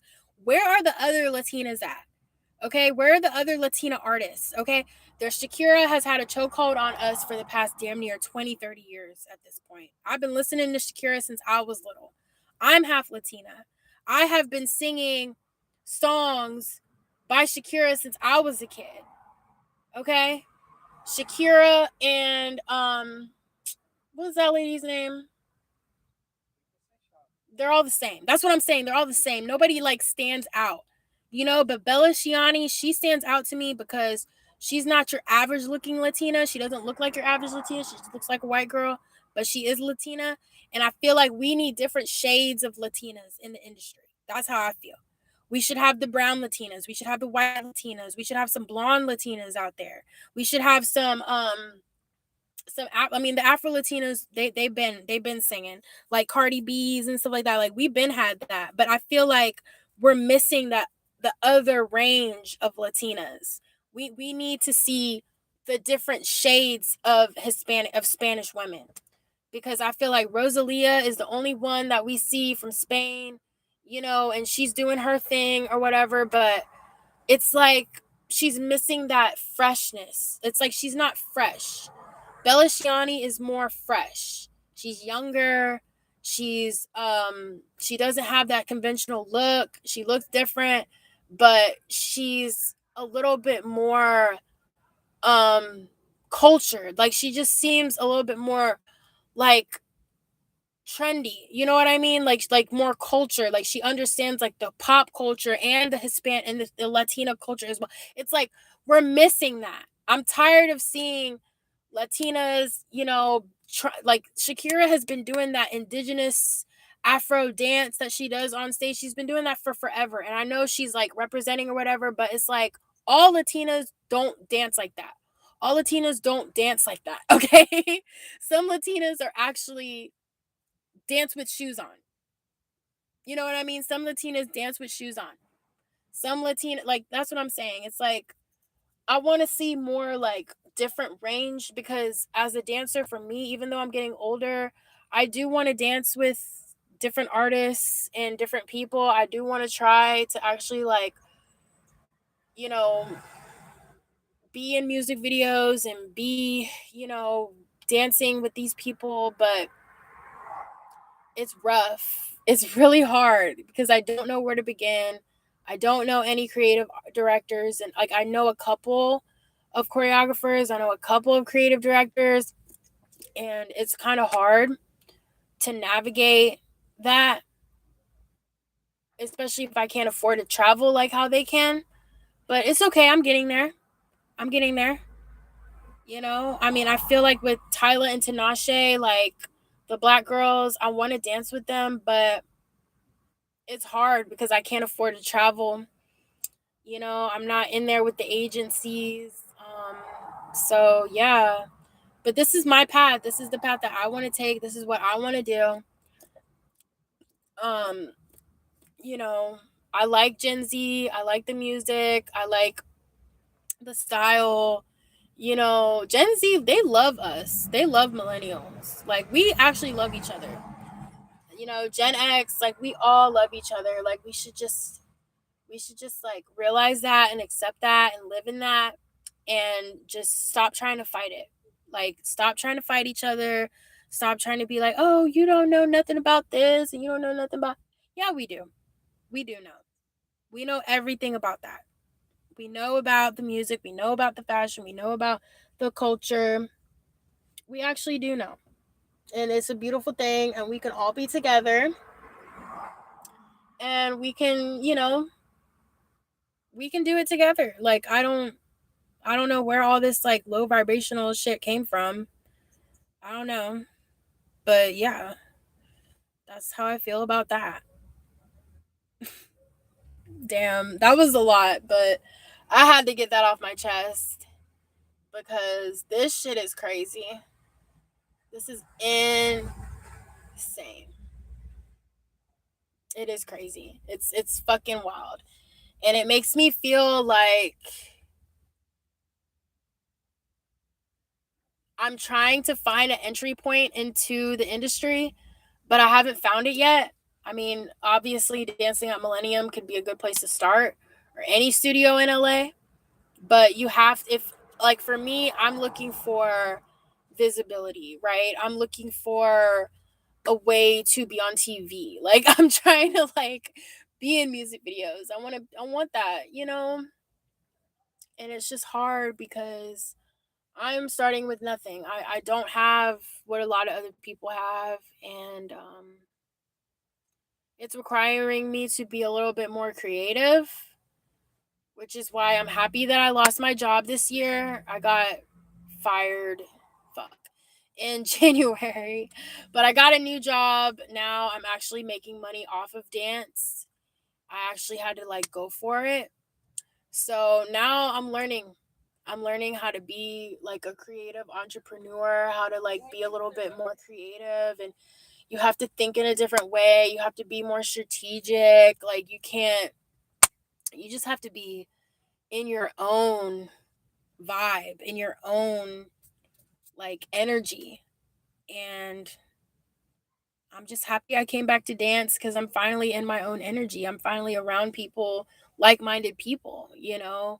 And I'm so inspired by everybody that I've met, you know, from hip hop dancers to ballroom dancers to gymnasts to, business people that just love dance. Like, it's a blessing. Like, we are truly blessed to have community. Like, whether your community is, teaching or, dancing or making music or fashion or, architecture, whatever it is that you do, like, we're so blessed to have communities. Like, that's so crazy that you could be a part of a group of people that love the same thing you love. You could robotics, you have robotics teams, robotics clubs, you have math clubs, chess clubs, dance teams, like, choirs you could sing in. It's like we all have our own little, place where we belong, and I think that's just such a beautiful thing in this world for us to be able to have. Like, it's beautiful because if you don't belong in one group, there is a group where you belong. There's a place where you do belong. You just have to open your eyes and realize you're not where you need to be. So you need to get where you need to be. What are you interested in? What do you like? Do you like math? Do you like fashion? Do you like clothes? Do you like, tattoos? Like, what do you like? And then just get around people that are just like you and love to do the same exact thing that you love to do. That's why I like Hollywood so much. Like, you can say what you want, but when you like something that you like and you're around people that like what you like, that's the sweet spot right there. It really is. Like, you're right where you need to be, doing exactly what you need to be doing, around the people that you need to be around, having the conversations that need to be had. Like, I have talked to a lot of teachers and choreographers and professional dancers that have toured the world, I try to talk to them and have conversations with them and ask them questions. No matter how nervous I am in that moment, no matter how fast my heart is beating in that moment in time, I'm so scared, I'm so nervous and happy and excited to meet these people. I will ask them a question. I will ask them, anything about anything. What is it like doing that? What is it like doing this? Have you ever done this? Have you ever done that? Just have a conversation. Just talk about something, anything. Because that right there is like life changing. It could literally change your life. Like just having a conversation with somebody that has done something that you want to do or is doing something that you want to do, just talk to them. Just say hi, like acknowledge them, be like, "Hey, I see you. I like what you're doing. Like, how did you do that? Like, how did you come up with that?" They're not always going to give you an answer that you want. They're not always going to tell you what you want, but they're going to tell you what you need to hear though. Like being in LA, meeting a lot of the business owners here and entrepreneurs here, I asked them, like, how did you do this? Like, how did you do this? Like, how the fuck did you do this? They're not going to tell me exactly how they did it. They're not going to tell you exactly how they did it. They're going to give you some like vague answer. Like, I asked this one business owner, I was like, oh my God, like, how did you do this? How did you get this together? And they were just like, I just have faith. Like, I don't know what their faith is. I mean, they could be anything. They could be Christian, Jewish, Muslim, I don't fucking know, Hindu. I mean, they could be anything, but they had faith and that's how they made it happen. How is that supposed to help me? So I'm just supposed to have faith in whatever it is that I want to do and it's just going to happen. That's the only answer I got. That was it. Nothing else. They're not going to sit down and be like, well, I filled out this paperwork and I did this and I went to this school and I took this class and I dated this person and, I traveled the world with this person. Like, they're not going to tell you like the blueprint. They're not going to give you everything.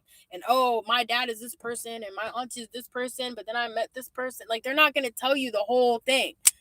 I just got the vaguest answer. Like, I just had faith, I just kept going, like, okay, obviously you kept going. Obviously, that's obvious. I want the non-obvious answer, but sometimes you're gonna get the tea, sometimes you don't get the tea. I mean, you can't force people, to give you the sauce, but maybe, they'll give you a couple ingredients, It's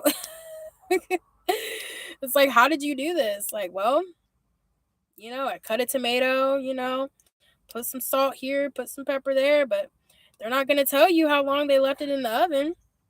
They're not going to tell you how long, they let it cool off afterwards after they got it out of the oven. They're not going to tell you, you know, how how to set the table. They're not going to tell you, what dishes to put it in. They're not going to, like, that's the beautiful thing about life. It's like you really have to see your way through. You cannot use somebody else's lens. You have to see your own way through. And that really freaks people the fuck out because they don't want to see it through. They don't want to see it through their own eyes, success through their own lens. That really turns people off and it turns people away. Maybe they're not the right people because the right people wouldn't be turned away by that. That's how I feel. I'm actually intrigued. I want to see my way through. I want to. Yeah, I mean, that may be the scariest route, but it's the most rewarding. That's literally how you turn into the people that you're inspired by. That's what I want. I want to turn into the people I'm inspired by. I want to be like them, but I can't be like them, obviously. You can't be like anybody else. But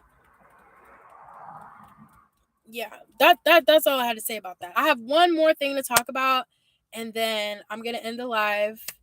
I hope you guys have been having fun listening to me. Nobody's really in the chat. I don't know who that person is, Wong No, but peace to you too. I appreciate you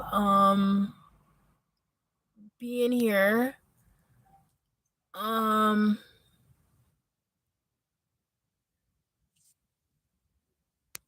So yeah, congratulations to in the chat Muhammad for being a streamer.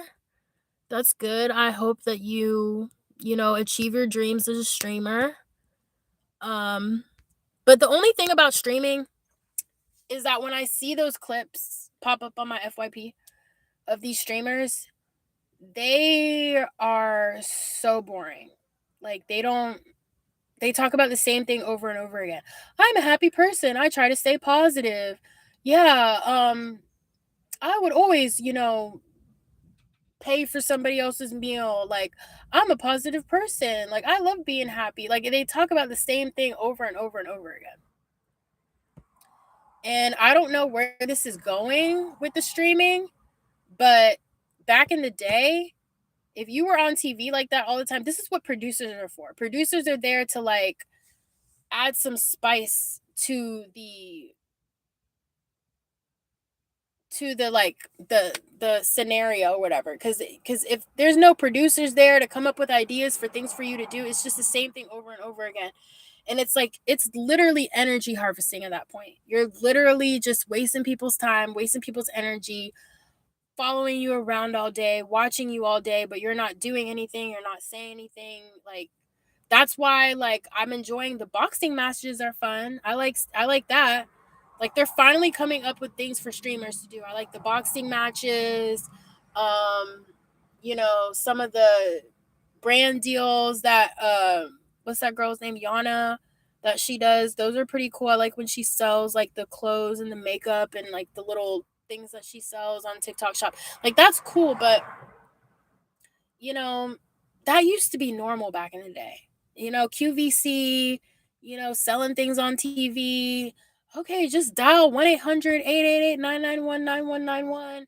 Three easy payments of $99.99. You could have, this China set for your kitchen or whatever. Like, it's the same thing over and over again. Like, QVC used to be a normal thing. Selling things online, selling things on TV, it used to be normal. So I don't know, you know, Gen Z, Gen Alpha, they think that they're coming up with these new ideas. It's not new. It's just something that we don't see a lot of anymore because of social media. But if they think that they're doing something new, then I guess we can just let them live in that simulation where they think that they're doing something new, but it's really not new. Like, being a streamer, I would not be a streamer unless I had like an end goal. Like, there has to be a goal at the end of that. Kai Cenat streaming, he started a clothing line. He's on the right track, but it doesn't look like it's going to end good, in my opinion. With Kai Cenat and the streamers, they're going to hit a wall. They're going to hit a wall. Yeah, I feel like they're going to get exposed, and we're going to finally see them for who they really are and what they really are. And they're just sad, lonely people, really, with no talent, no purpose. They don't really have a reason to be in front of the camera. I mean, they don't sing, they don't act, they don't dance, like they don't do shit. Like, back in the day, if someone was on TV like that, they would have cameos. They would be in movies. Kai Cenat would have been in a movie by now. Yana would have been in a movie by now. Bendadon would have been in a movie by now. Like, all these streamers would have been in movies selling brand deals, things like that. But they don't have like a talent. Like, they don't sing, they don't act, they don't dance. Like, there's nothing. They don't have like a talent. Everybody can't be Kim Kardashian. She was the first person to like get famous for not really having a talent, but her family lineage kind of like saved her from that. But everybody can't just be famous for not having a talent. Like, you have to have a reason. Why are people watching you? Why are people so attracted to you? Is it because you're just walking around like a chicken with your head cut off in front of a camera 24/7? You're not Kim Kardashian. You're not as sexy as her. You're not as beautiful as her. You don't come from a affluent family like her. Like, who are you?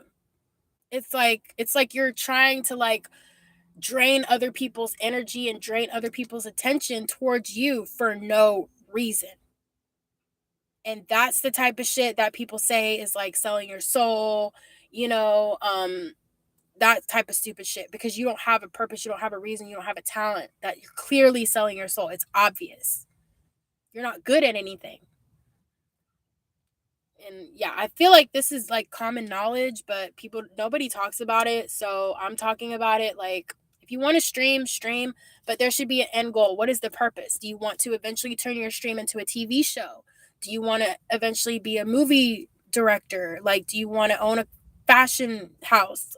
Do you want to start a fashion line? Like, don't just stream for no reason, because that's how I feel with that other guy. What's that guy's name that was streaming? I don't know his name, but that guy that's streaming a lot, and he's been doing it since he was a kid, and now he's older now.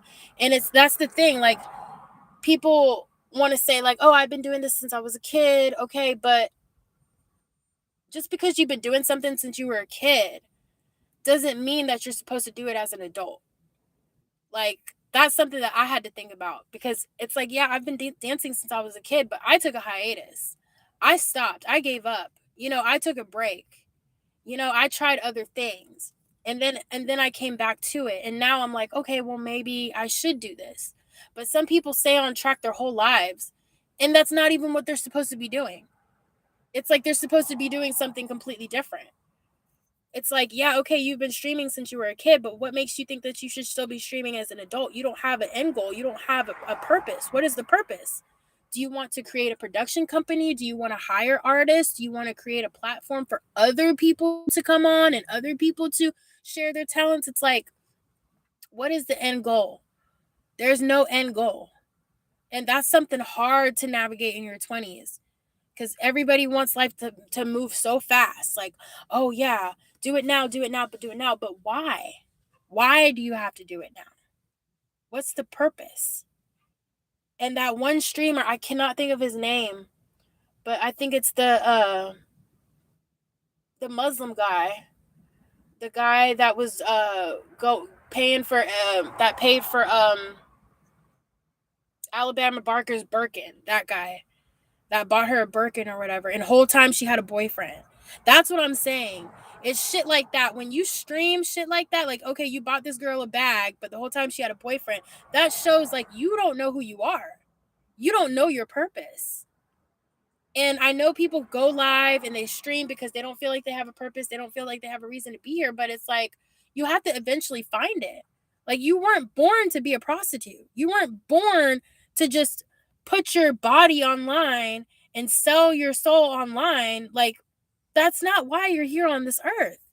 It's like, turn the camera off and walk around in real life.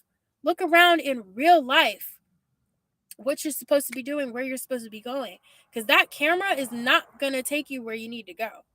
That camera is actually putting you in a bubble. You're living a Truman Show by streaming yourself all the time. Do y'all understand that? Like, if you choose to be a streamer, you're choosing to be in the Truman Show. If you're too young to know what the Truman Show is, look it up. If you're choosing to be a streamer, you're choosing to be in the Truman Show, like, for the rest of your life. If that's something that you want to do, you will never know reality. You will never know what's real. You will never, like, is that what you really want for yourself, though?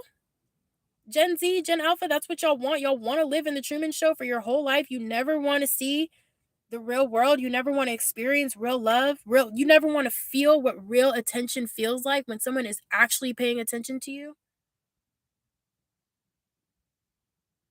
You don't ever want to experience that.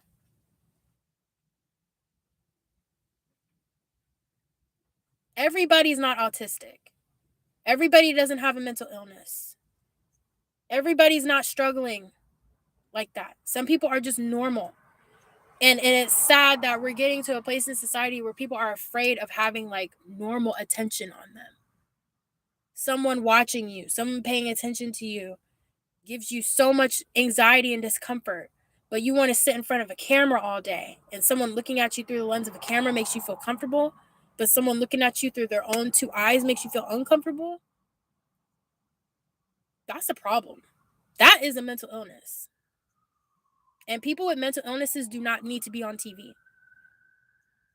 They don't. People that suffer from anxiety, depression, bipolar disorder, personality disorder, narcissists, those people don't need to be on TV, but they're the people that are on the TV the most, especially from the 90s and early 2000s.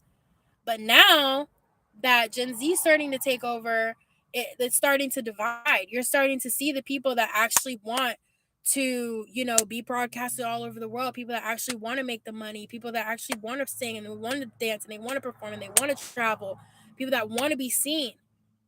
It's happening. And then you have the people that want to stream. It's like, if you want to be a sex worker, just say that, just do that. Just go on OnlyFans.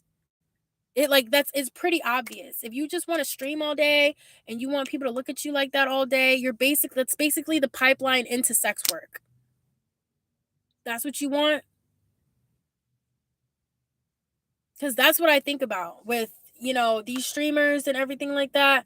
Kai Cenat, Yana, Bandadon, that guy that bought the Birkin for that girl, even the Asian guy. It's like, why are we paying attention to these people all day, every day? What are they doing? What are they selling? Do they sell food, clothes, body soap? Are they encouraging me to wash my ass every day? Are they encouraging me to eat clean, eat healthy? Do they have a positive message? No. So I'm just watching them stream all day, mentally masturbating to them all day. Like, what is the point? It reminds me of back in the day when everybody was when we used to like smoke weed all day, every day. If you're smoking weed all day, every day, somebody's getting fucked. I'm sorry. That like somebody is getting. We're not all just hanging out with each other for no reason like that. Oh, we're friends. Oh, we're just filming. Like, no, there's a reason behind this. Why are we here? What is the purpose? What is the reason?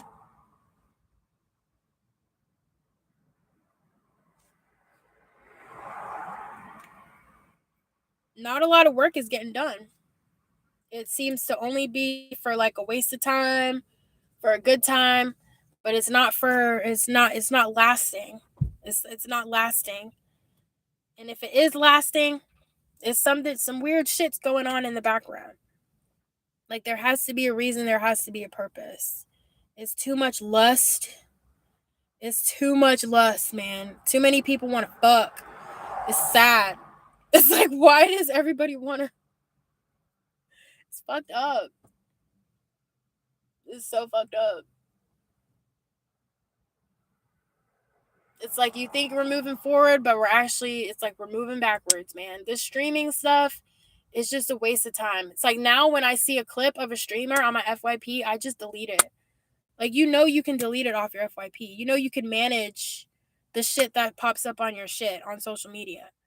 You don't have to see the shit that you see all the time.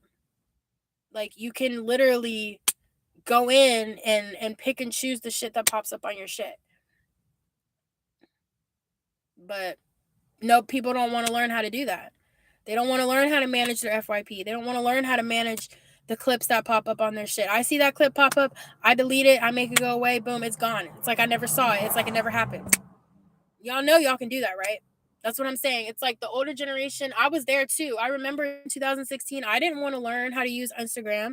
I didn't want to learn how to use Snapchat. I didn't. And because of that, I was dealing with a lot of depression. I was fucked up because I didn't want to learn how to use social media. I didn't want to learn how to post. I didn't want to learn how to do all this stuff. And when you find yourself in a place in your life where you don't want to learn how to do stuff, that is the beginning of the end. It's the beginning of the end. It really is. Because everything on the other side of you learning these things is everything that you want. It's the freedom. It's the vision. You can see, where you need to be, who you need to be around. But because you don't want to learn how to use Snapchat, you don't want to learn how to use Instagram, you don't want to learn how to delete stuff off your FYP so you don't have to see that shit anymore. You can manage that shit. Like, you don't have to see it. It's just like in real life, you don't have to be around people that you don't want to be around. It's sad. It's so sad that this is where we're at. This is what it's come to. It's so sad. It's so fucked up. Oh my god. I'm debating if I should go to the beach today or not. It's kind of hot. I might go. I might not go. What time is it? Mm, we'll see how I feel in like 8 minutes. I might go see if I can find some parking. It's hot. It's like 80 degrees. Man, I had to get off my chest. I had to. This is just the craziest thing I've ever experienced in my life. I cannot believe it. I might go live all day today. I don't know. This is just it's blowing me. I'm just like, "Oh my god, like there's so many people that travel around the world. There's so many people that come to LA. How can you not start your own business? Like how can you not have your own thing going on?" Cuz like for me, I want to do something like that, but it's like you have to know what you're doing. Like everybody doesn't go to college. Like that's what you learn in college. You learn how to like start your own business, how to run your own business, how to brand yourself. Like those are the things you learn in college, and everybody doesn't get that education. Everybody doesn't is not educated. So, learning how to do that in the real world, it's like it's harder, but it's rewarding cuz, everybody sees you're good, bad and ugly like, you know. But yeah, that's how I feel about that. Like it's just so fucked up how the world is like and people just are not focused. Like people just don't be focused. Like they're not focused on anything ever. It's weird. And it's sad because everybody doesn't have support. It's that damn support, man. It's that damn support. If you don't have support, you need to find that support. If you can't find that support, man, maybe the support will find you. I don't know. But everybody's different. Like we all do different things. Like everybody's not gonna do the same thing that the next person does for support. Some people want to have, a sugar daddy. Some people don't believe in having a sugar daddy. Some people want, a sugar mama. Some people don't want a sugar mama. Some people support depend on their mom, depend on their dad, their parents. I love my mom and dad, but they don't give me the type of shit that I wish I could have. You know, I'm learning. If I ever have kids, I can help them the way that I can help them. But if there's anything extra that you want from your mom and dad, that's the shit that you need to do yourself. That's what you need to do. They can't do everything for you. Like you're eventually gonna have to do something on your own. And that's the thing that a lot of people are like nervous about. Like it is nerve wracking. It is. I'm not gonna lie.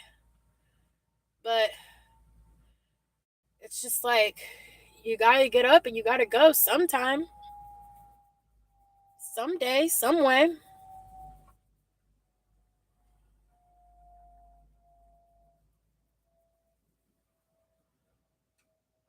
It's kind of hot, but it's like windy. So it's not that bad. I'm thinking, should I go find a parking spot or should I just go from where I am? There are so many spiders. They're everywhere. They're all over my car. I mean, they're just everywhere.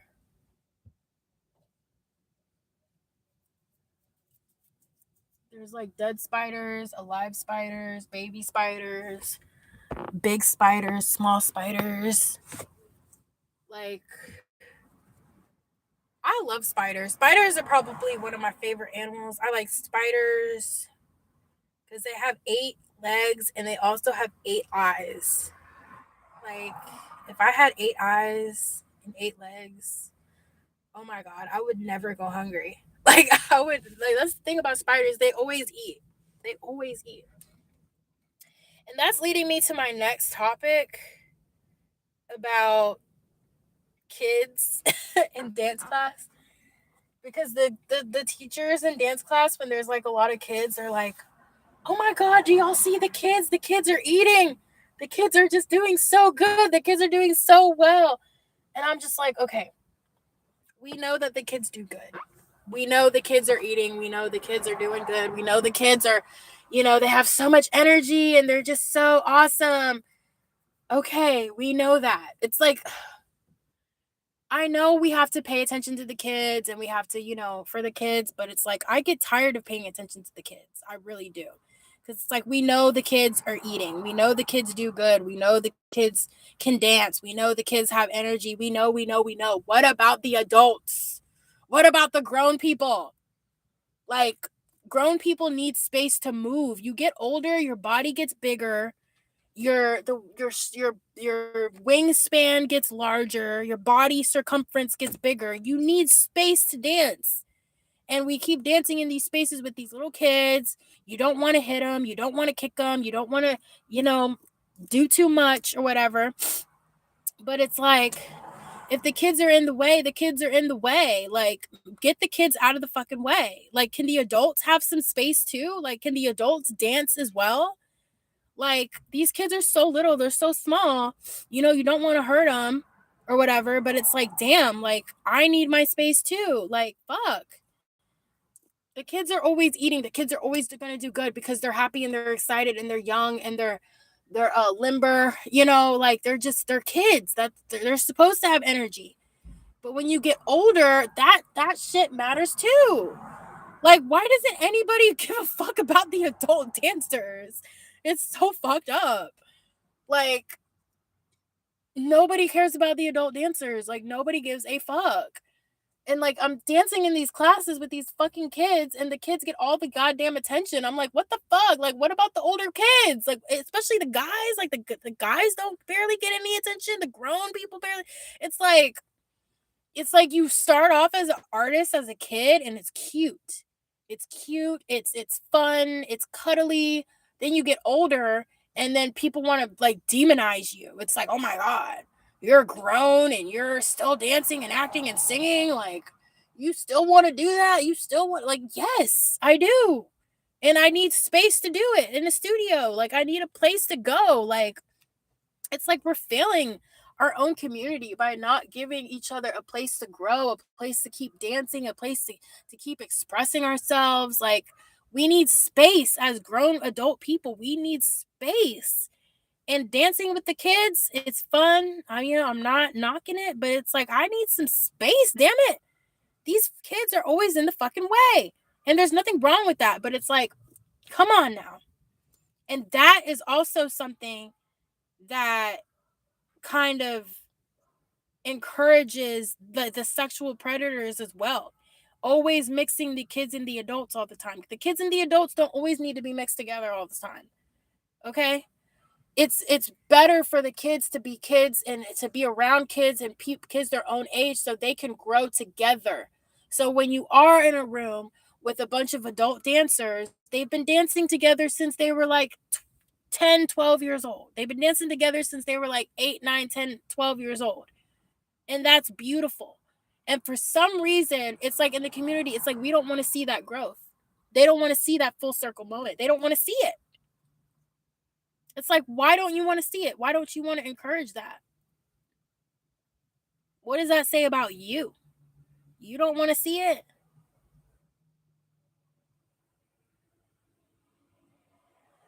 What does that say about you? Like, that's so fucked up.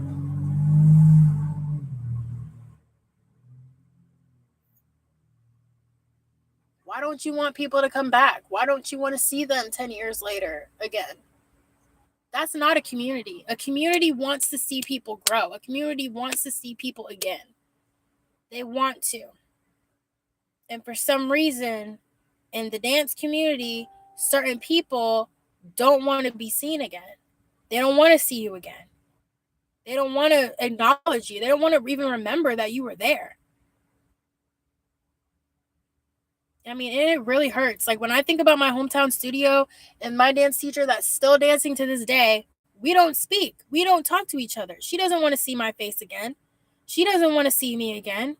I asked her for a recommendation letter for an intensive that I wanted to do. She was like, "Oh, I'm just so busy. Like, I'm just so busy. I'm just so busy." That was her excuse. I danced with this dance teacher for like 7 years of my life, dancing in recitals, performing. I asked her for a recommendation letter, and she's like, "I'm busy. I'm just so busy." And I'm like, wow.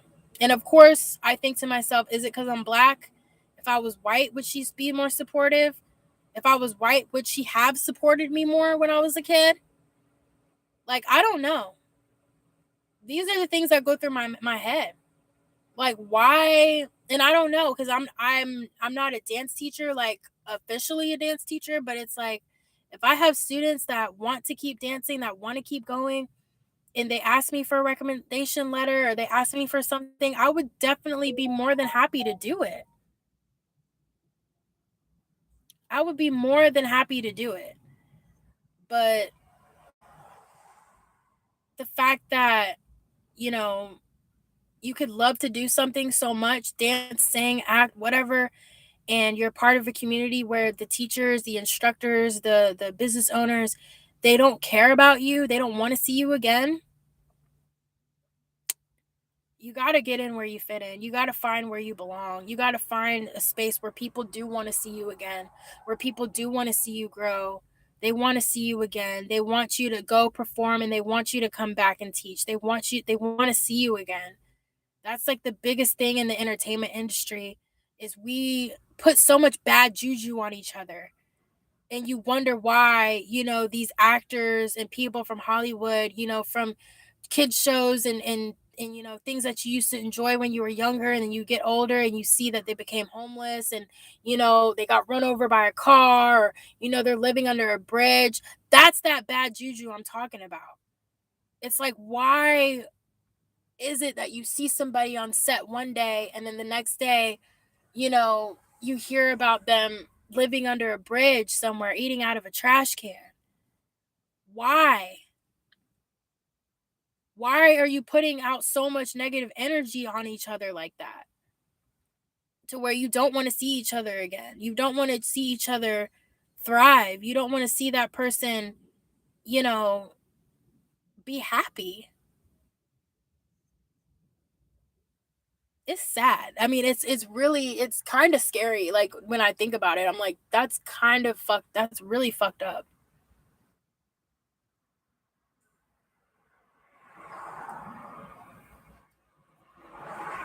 Like, it's so sad. But this is the type of shit I'm talking about. Like, the kids get all the attention, you pay attention to the kids, but when they get older, after 18, after 21, after 25, now they're 30, it's like that attention just wears away. And a lot of people don't know what to do with themselves. It's like, "Oh, nobody's paying attention to me anymore. Nobody's, giving me that star treatment anymore because I'm older now." And they don't know what to do with themselves. They don't want to start a business. It's like, that's what I'm saying. They don't want to grow up without growing up. They don't want to do anything for the community. They don't want to come back. So seeing Tate McRae's dancers and Tate McRae's, choreographers and her backup dancers go back to the dance conventions, go back to the dance competitions that put you in that position to be able to tour with famous recording artists that are dancers as well. It's like they don't want to complete that full circle moment. It's like they're high, but they don't want to come back down. And I understand that. Who wants to come back down from that incredible high? Nobody. But there's a safe way to come down from a high, okay? Like, I don't know, you probably need like a medicine man or something to like guide you or something like that, but we can be your medicine man. We can be your medicine man. We can be each other's medicine men in the entertainment industry. We can be there for each other so we can come down, safely and gracefully, and in a way that we can, you know, brighten each other, brighten each other's aura, help each other, be there for one another. You know, if you're a professional dancer and you go back to those conventions, you go back to those places where you fell in love, or where you were, scouted, or where you were discovered, or where you, found your love for dance at these conventions, these competitions, these studios. If you just go back and you feel that full circle moment and you feel that energy, then you'll understand what I'm talking about. Like, you don't have to be like mentally insane to be a professional artist or a professional in the entertainment industry. It's like you can have a one track mind. You could be sane. Like, it can happen if you just don't be like a weird fucked up individual. Don't be so fucking weird. Like, you can be weird, but it's like, have morals, have integrity, have some dignity about yourself. Like, I know I have so much to say about this, even though I've accomplished nothing, but this is what I've witnessed. This is what I'm witnessing. This is what I'm seeing.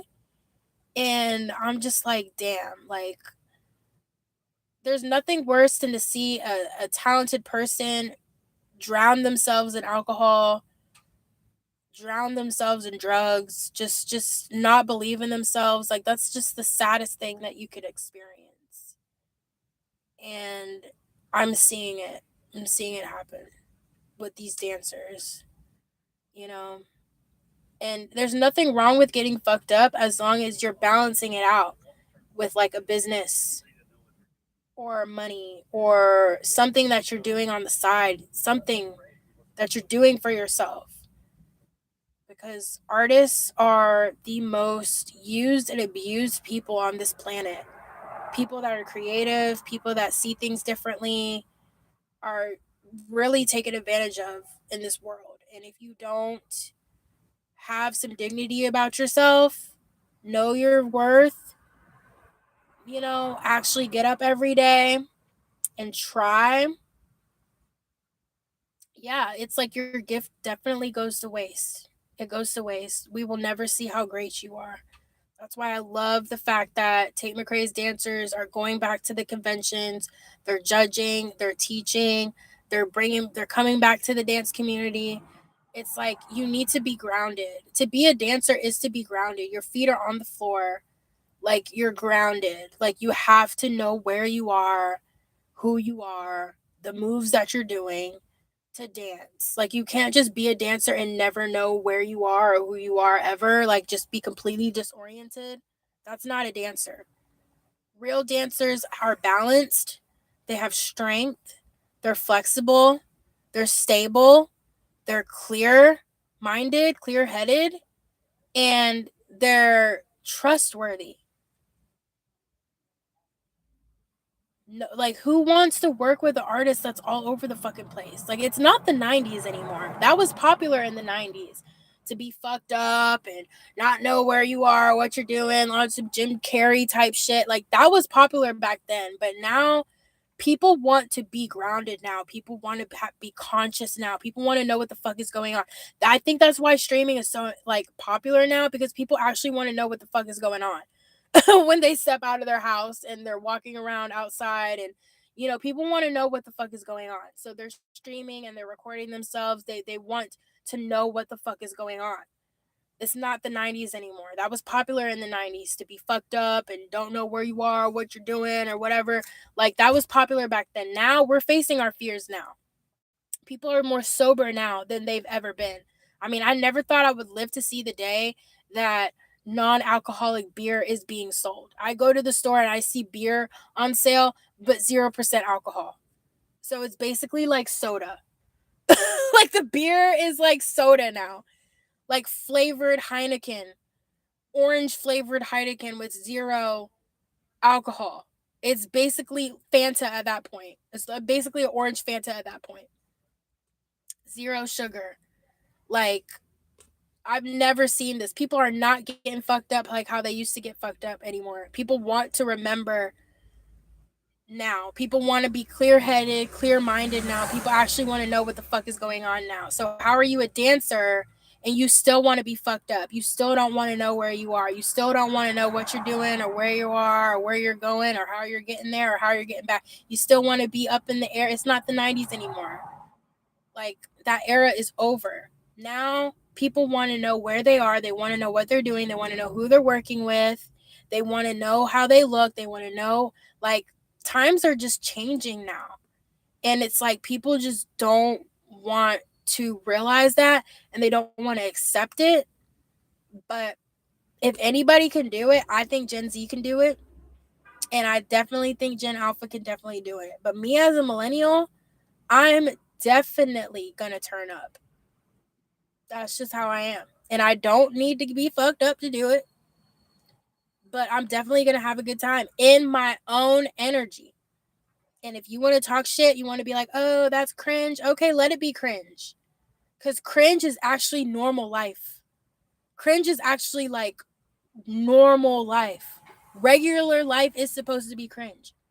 That's normal life. If you put down the cameras, stop streaming, stop, making TikToks, just be normal. In normal life is cringe. You're supposed to be a little uncomfortable. You're supposed to have moments where you stare out into space and you don't really know what's going on every now and then. That's okay. But that's not a permanent state of mind, though. And I think that's where we got fucked up in the 90s and early 2000s. People permanently wanted to be in that state of zoning out. That's not normal life. It may be like a couple of minutes out of your day every now and then, but it shouldn't be like that all the time. People are just afraid of sobriety, man. They don't want to be sober. They don't want to be real. They don't want to see real life in the way that it's supposed to be seen clearly. They don't want to. They'd rather have that lens. They'd rather have that social media and streaming, and they'd rather have that film over their eyes. They don't want to see things for how it's supposed to be seen because it's scary. But it's really not scary. It's just normal life. It's regular, sober, clean, normal life. It's regular. And I think people don't want to see things for what they really are because it reminds them of all the opportunities they missed out on. All the real people that they could have had a real relationship with. All the people that they could have had something beautiful with. But they fucked it up because they wanted to be loopy and, I don't know where I am and I don't know what I'm doing. Yeah, like just missing out on opportunities because you want to be fucked up all the time. Or you want to be fake busy all the time. Like, you're not that busy. If you're really that busy, then why aren't you busy? Why are you still in our fucking faces? If you're really that busy, why aren't you doing what you need to do? Why are you in our face? That's what I'm saying. People that are actually busy are not in your face. People that are busy actually have shit to do. You can tell when someone actually has shit to do, as opposed to somebody that's pretending to have shit to do. Just pretending to have shit to do. You obviously don't have nothing to do. You can't keep anything private. Busy people are private people. I'll just give y'all some game. Like, busy people are private people. You don't see them. You don't hear from them. You don't know where they are. You don't know what they're doing because they're busy. Everything is not on camera because they're busy. And that's okay. Everybody doesn't have to see you. There's too many people right now in our face on social media and TV. It's too many people want to be in our face. Everybody cannot stream. Everybody's not supposed to be on camera all the time. Like, some people actually need to just go to McDonald's and clock in. Like, seriously. And I know people want to talk shit, but I've been there. I worked at McDonald's. I worked at these restaurants. I have a couple pictures of me there. Other people might have some pictures, but for the most part, I was working. That's why there's no evidence, because I was there working. I was clocking in. I was showing up to work. I was busy. I was doing the work. Like, it's too many, like, posers in the world right now. And I feel like they all want to stream. And I'm not knocking you, Muhammad, in the chat for wanting to be a streamer or whatever. But if, like, you younger people, like, This is just, it's the circle of life. It's literally the same thing over and over again. If you want to do something, just do it. Just do it. The real recognizes real. Real people recognize real people, and the real people always prevail because they're really busy. They're really doing the work for real. If you're a busy person, you would not be in people's faces all day. You don't have to be on camera all day, every day if you're actually a busy person. Everything doesn't need to be on camera. Like for me, my teaching, I don't record it. I don't put it on social media. Nobody, you don't see it. I don't even know what I'm doing. Why would I record myself doing something I don't know what I'm doing? If I actually want to learn how to do this and learn what I'm doing, I'm not going to record it. I'm going to be there. I'm going to be in the moment, and I'm going to be present for my students. I'm going to look them in their eye, and I'm going to be in the room with them, and I'm going to show up. If you're constantly recording yourself all the time, streaming, recording your classes, recording, you're not actually present. You're not really there. I mean, I don't know if people, like, it's like people don't, they think people are stupid or something. Like, we can tell that you're faking it. We can tell you're not real. You're not really a dancer. Maybe you're an actress. Maybe you're an actress dancer. But the dancers that are actually present and actually showing up, they're not recording themselves. They're being recorded. You see the difference? There's a difference between recording yourself and being recorded. Two different things. People that are busy and working are being recorded. People that don't have shit to do record themselves.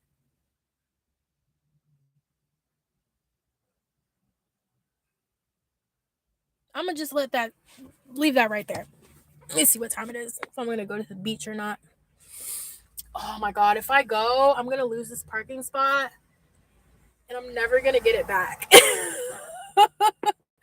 I have some pasta. I think I want to go to the beach and bring this pasta with me. I don't know, like where I am right now, I could walk from here,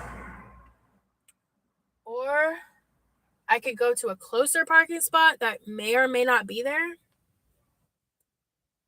The only thing is, I don't have my flip flops. Fuck. And this walk is a long ass walk. And the sand is hot. I might just stay my ass right here. Now that I think about it, I might just stay my ass right here.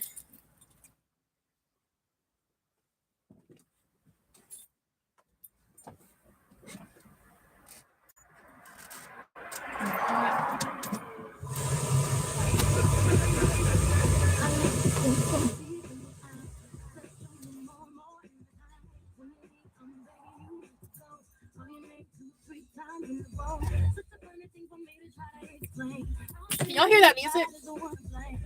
I hope I don't get like flagged for this music. Got me looking so crazy right now. Got me looking so crazy right now. Yes, Beyonce. She's one of the greatest, man. One of the greatest to ever do it. Got me looking so crazy in love.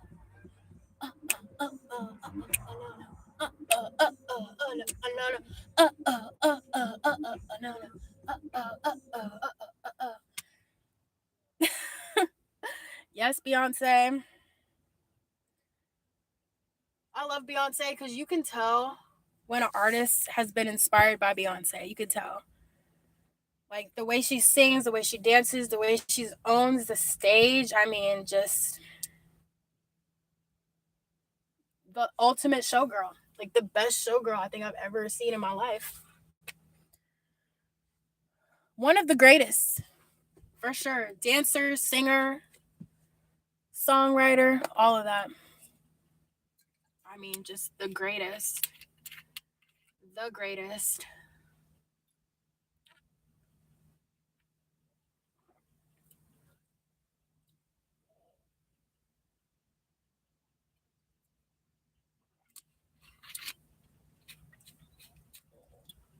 I hate when they do the landscaping and they cut the trees and all the shade is gone.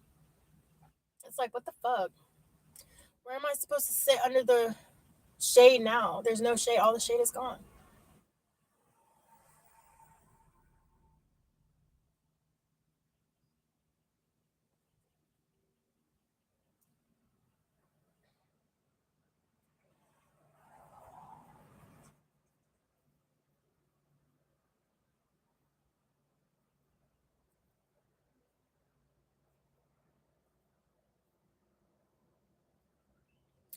So yeah, I don't think I have any other topics to talk about, but those were the main ones that have been like on my mind.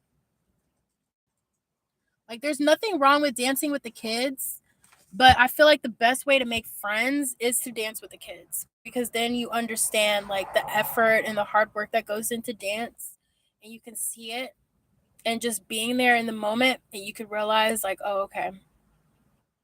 You could learn the respect for the craft dancing with kids, in my opinion. Because the kids are so like they work so freaking hard. Like they really try. So it's like dancing with the kids, it's like you can learn how to put in the effort, like how to work hard, how to try hard. Like you can kind of feed off of each other like that. Because they really do put in a lot of hard work and effort. They do. So dancing as an adult, you get to kind of learn, like, okay, this is how you do this is how you do that. And you just kind of learn. I like that. I really, really like that. So yeah, I don't have any topics to talk about. I think that's it. Those were the only things that were on my mind. Um, yeah, I mean, a lot of dancers, a lot of these people, they don't believe in themselves, man. They don't. They don't believe in themselves. Like they believe in themselves as dancers, like to be like sexy and you know they got the sexual part down, but they don't have the like the professional, not the professional side, but like they don't have like that stoic um kind of unshakable, unbreakable confidence, you know, about themselves. Like they don't have that cornerstone pillar of stability and confidence. It's like they're missing that. It's almost like masculine energy. It's like they're missing like that masculine kind of energy of like, I know who I am, I know what I'm doing, I stand on what I say, I know what to do, I know how to handle it. Like that masculine type of energy is kind of missing. The feminine energy is on 10, like the feminine energy is on 10, but the masculine, like that stability, that professionalism of like, I know who I am, I know what I'm doing, I know what I'm doing after this, I know what I'm doing after that, after that, after that, like that more serious, respectable side of dance, I'm not seeing it. I don't see it. The feminine side is there. The whimsical, you know, free spirited, bouncy energy is there, dress up, dye my hair, do my nails, fashion. That's on 10. But the masculine energy of like, you're going to pay me for this and I'm going to pay you for that, like transaction type shit is kind of missing. It's not really there. They don't know what the fuck is going on, man. These dancers, they don't know what the fuck. The choreographers, they don't know what the fuck. Nobody knows what the fuck. You know, me, I don't know what the fuck either, but part of me is like, okay, just focus on the future, focus on the people that I could work with, focus on the people that I would want to see again, and just really, really, really, really, really work on trying to see those people again as much as I possibly can. Like, that's really what I'm trying to do in LA because a lot of people travel here back and forth. I mean, they're in and out, in and out, in and out, so busy. So when I do see the people that I want to see, I want to be in the room with them. I want to be there with them. And I want to be able to just, I want want so much. It's so weird. It's like I want so much, but it's like I just want to see them again, and I want to be around them, and I want to talk to them. Like I want to have conversations. Like I don't have any visions. Like that's the thing. That's what makes me feel like maybe I'm not supposed to be a choreographer, or creative director, because I don't really have visions like that. I don't, and I could pretend like I do. You know, smoke a little weed here and there. Yeah, I could have every vision. But naturally, as a naturally creative person, I do not have visions. I don't. I like to dance. Like I just love to dance, and I love learning new choreography and doing choreography, you know, not over and over again, but I do like learning new choreography, and like I love it when like the choreographers change things in the dance and they're like, "Okay, we're not going to do it like that. Let's do it like this." I'm like, "Oh my god, like that's so cool. I love that." But yeah, when it comes to being the creative person on the other side, I don't have any ideas at all. I don't. Um so yeah. I'm just finding my way and meeting all these creatives and all these people. It's a lot going on in the industry right now. Afro beats has definitely taken over. Tyla has taken over with her style and her music, and she's really trailblazing. Tinashe's finally getting the recognition she deserves. Um, After all her time.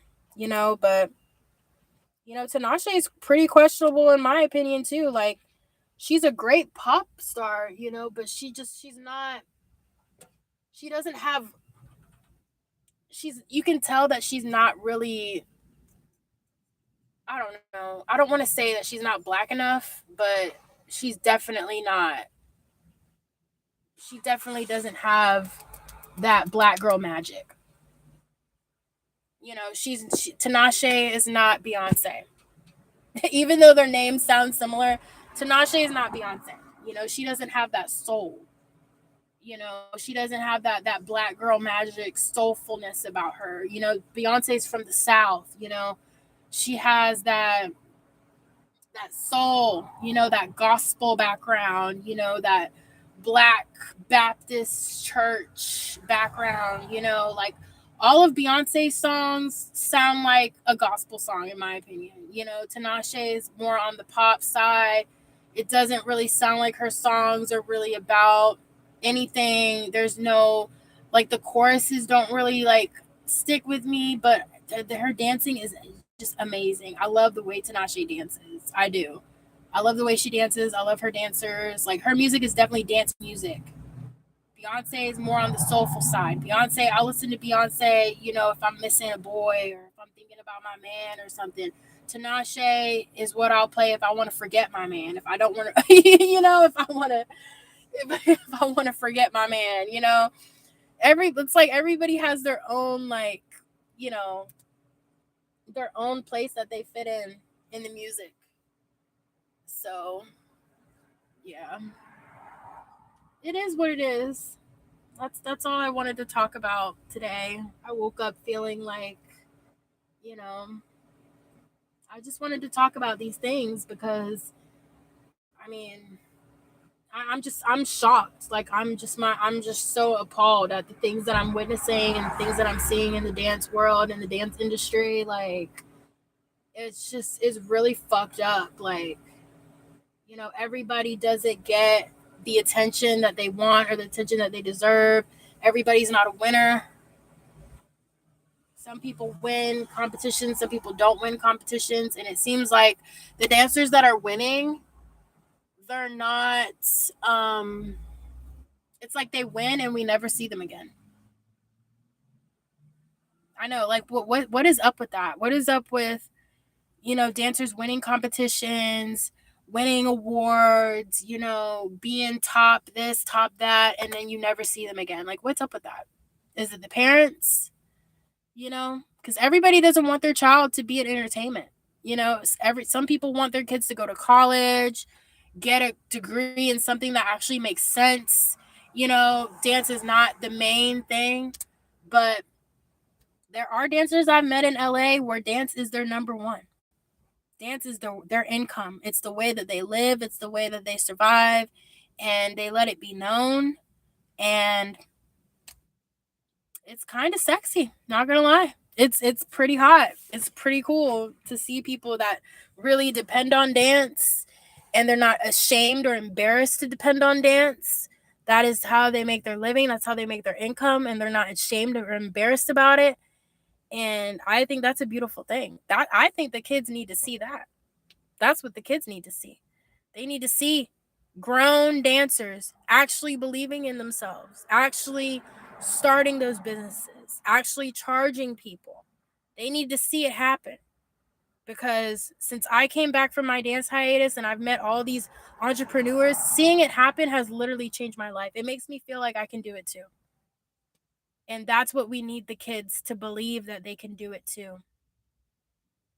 I don't know what it is about life, being an adult.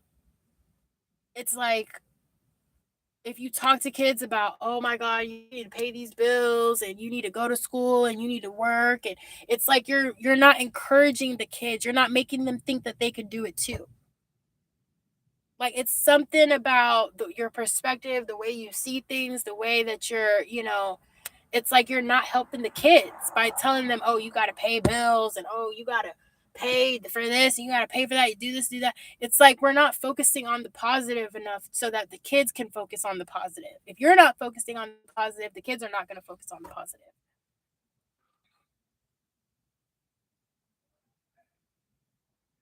So yeah, if you're not focusing on the positive, the kids are not going to focus on the positive either. And that's not a good place to be, because then you have these kids, they grow up and they don't believe in themselves. They want to dance, but they're not given, they don't have good role models, you know? And that's why I like Gen Z so much, because they are willing to be those role models. Millennials, we gave up on ourselves. It's like we all just kind of tapped out in like 2011, 2010, and we just kind of like stopped right there. But Gen Z, they want to be the role models. They want to be the ones that people that the kids can look up to. Like, who do they have to look up to? Gen Z is supposed to look up to us. And we haven't, a lot of us have not accomplished anything. A lot of millennials have actually like disappeared. Like, a lot of us have literally gotten the bag and just dashed. A lot of us have done the digital dash. We came up and we got the fuck up and we got on. Which is why Gen Z is feeling all this pressure to be in the limelight, to be famous, to be, on TV, to travel. It's like they're getting the heat to do it, and they can actually do it because they have the resources to do so. They have social media. They're able to go online and do things that millennials, we were not able to do. But Gen Z can do it. So shit, let them do it. Shit. Fuck it. If my role models are younger than me, so be it. Let it happen. I don't see it as anything to be embarrassed about. God wants us to be with the people that he wants us to be with on this earth. And if those people happen to be 10, 15 years younger than you, then fuck it. That's how it is. If you have to be 10 or 15 years younger than me to show me how something is actually supposed to be done, then I'm not fighting that. Let it happen then. I'll be more than happy to learn from you, even if you're younger than me. I don't care.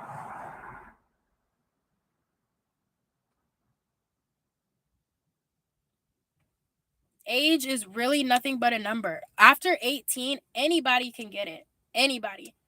I remember being 18, like, oh my God, like these people are in their 30s, they're so old. Like, no, over 18, you can hang out with them. You can have conversations with these people. You can spend time with them. You can talk to them. You can ask them questions. You're over 18. You can be around these people for as long as you want to. And it's different. It's different when you grow up a little bit, because then you're like, oh fuck, like I can actually do the things I actually wanted to do. Like I can hang out a little bit later, I can hang out a little bit longer, you know? And that's when you start learning about discipline and when to say no, boundaries, not letting people cross them. You start learning and growing. But hey, I'm just talking shit. I'm just talking shit. I'm just another girl talking shit about things that I've never done and people that are doing things I'll probably never do. But I seem to have such a big opinion about it. I mean, this is just how I feel. This is just how I feel. And this is what I'm witnessing and this is what I'm noticing. And yeah, it's just whew, man, it's a lot. It is a lot.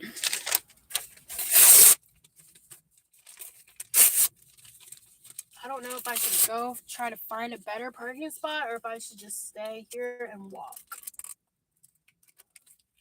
So if I stay here and walk, the ground is so hot. I'm gonna burn the bottom of my feet, and I don't have my flip-flops. Because if I leave and I try to find a closer parking spot and I can't find one, and then I come back here and this parking spot is gone, I'm gonna say fuck it and I'm going back to my neighborhood. I'm just gonna leave. Yeah.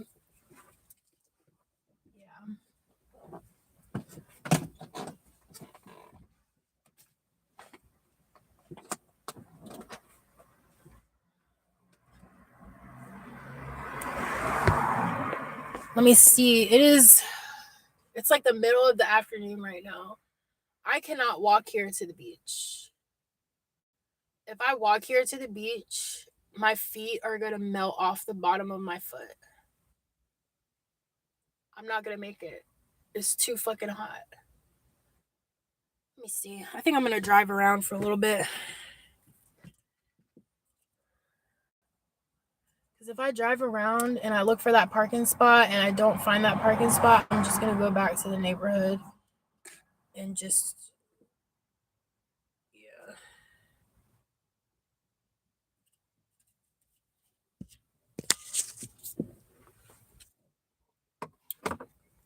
Y'all want to come with me? Let's go. Because this parking spot, I love this parking spot, but if I just had my flip-flops, I'd be awesome. But I don't have my flip-flops. I think I'm going to go back. Let me see. It's Tuesday. I'll come back tomorrow. Oh, my God. Yeah, it's just too fucking hot, man. The sun is all up in my face. Let me put my glasses on because I feel like I'm going to get lost. I need to see.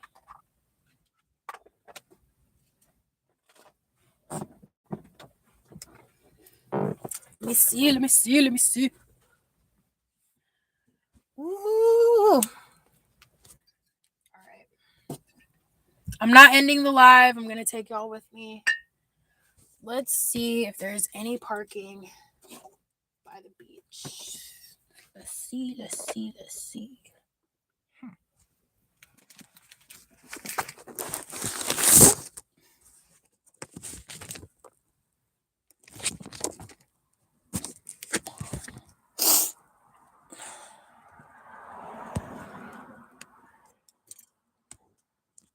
I mean, I have a lot of opinions about dance, but like, I don't really have anybody to talk to about this stuff. So this is why going live can help, because it's a way that I can talk about it without being afraid that I'll say something crazy and stupid that someone will be like, oh my God, that's how you feel. I'm never going to talk to you again. Like, okay.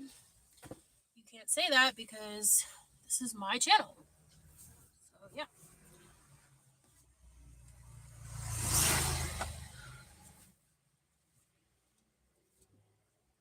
This is how I feel. Like, I'm so worried about the type of people I surround myself with, because I just don't like being around people that don't believe in themselves. I believe in myself 100%. I always have, always will. But for some reason, people always think that People think I don't believe in myself because I'm not moving as fast as other people. I mean, if you were broke, you would move slow too. I'm just saying. If you didn't have money and you didn't have connections, you would move slow too. Okay? I would move faster if I had more money, if I had more support, if I knew someone that believed in me, and I would definitely move a lot faster, but I don't. I don't know people like that. So I'm not going to be able to do those things that other people do. Okay?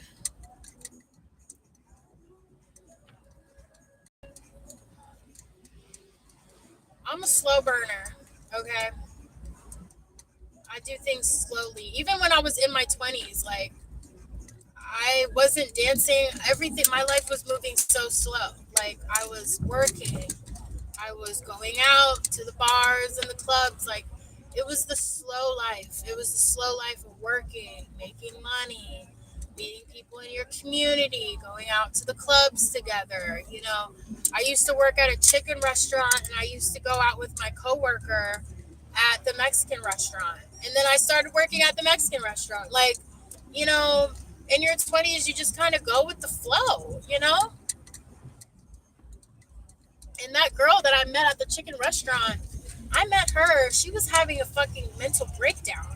I mean, this girl was crying in the fucking bathroom. I mean, she was crying like fuck. I was like, damn.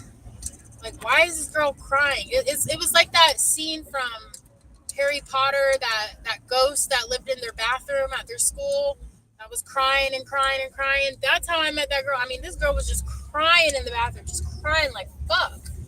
I was like, God damn. Me and her started hanging out, started listening to music. I was depressed because I wasn't a dancer anymore. I didn't think that I was a dancer anymore. And we basically helped each other get, in a positive frequency. Like she helped me get more positive. We started listening to music together, hanging out, going out to eat. She was getting to be a little bit more of a positive person. I was getting to be a little bit more of a positive person. You know, that's just how life is. Like, I mean, in my 20s, I would have much rather, been dancing, but I just didn't know how. Being in the South can be a very, like, suffocating place because of all the trees and all the wildlife. It's not like the West Coast. On the West Coast, you have the water, you have the beaches, you have, the mountains, you can go skiing. I mean, there's so many things to do. Down south, there's not really much to do. If you don't like to hunt, if you don't like to fish, if you don't like to go floating on the river, like, if you don't like to do all that country stuff that people do, you're not going to fit in. So being on the West Coast, it's like, if you don't like matcha, if you don't like to go hiking, if you don't like to go swimming, if you don't surf, it's like you just got to get in where you fit in. That's why I really admire the dancers that are in the professional dance world. They're dancing constantly. They're performing. They know the people to perform with. They know the people, to call. That's really cool. Like, to just be in the industry like that and you know people and people know you, like, that's fire. I could only, like, imagine being that, like, tapped in and knowing people like that. That's, like, so fire. To just know people like that and be able to just get up and go whenever. That's cool.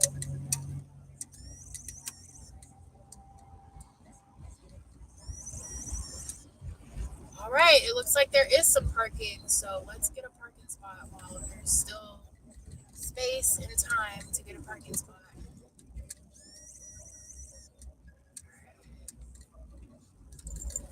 I hate when I make a U-turn. People are like, oh my God, why are you on my property? Like, relax. Like, it's only for like 5 seconds. And then I'm going to be gone. Give me some time. Look. Oh wow, there's even some shade. Oh my god, I found some shade. Alright, looks like I'm going to the beach. Look. Damn, it's so fucking hot. Jesus Christ, it's so fucking hot out here. Damn, it's hot.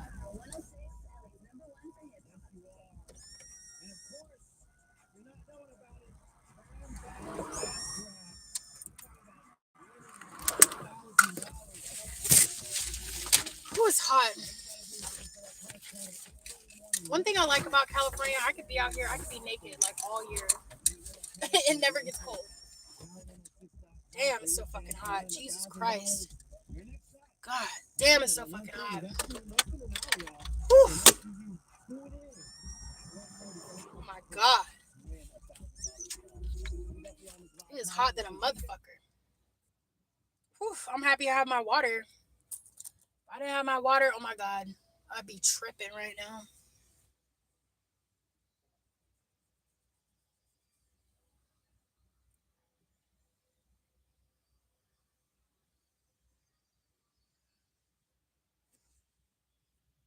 I would love to just like take a dip in the water. Like just a little dip. Just a little dip. Doesn't have to be anything too serious. It's just that sand, I know that sand is hot as hell. Some hot ass sand.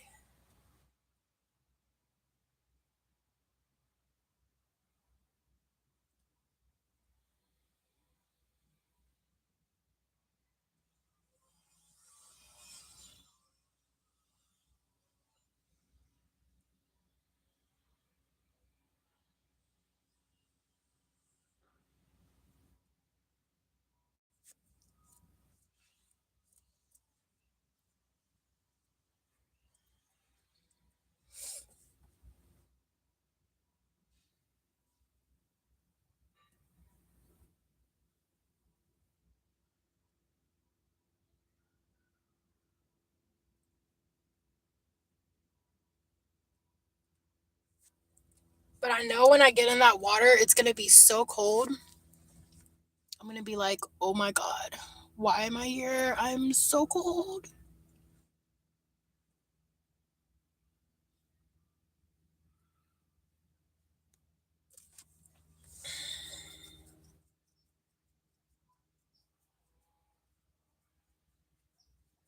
So yeah, that's everything I wanted to say about dance and these predators out here. Like I just cannot believe that there are actually dance predators. Like that's something you usually hear about actors or musicians, but dancers being sex predators, that is a new one. I've never heard of that a day in my life because it's like why would you do that to somebody when you could be like I don't know. It's weird. It's so fucking weird. I mean, I'm not gonna sit here and tell somebody how to live or tell somebody how to be or whatever, but it's like, why would you fucking be all up in somebody's face like that? You don't mean them any good. Like that makes no sense.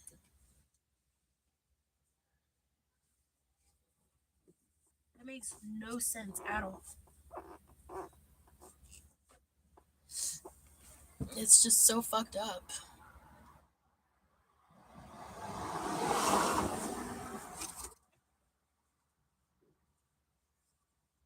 Like a sexual predator that's a dancer. I mean, I'm sorry, that's like almost comical to me. Like that's like kind of funny. How are you a dancer and a sex predator? That's fucking weird. Dancers are supposed to dance, dude. They're supposed to dance, put on a show. Like,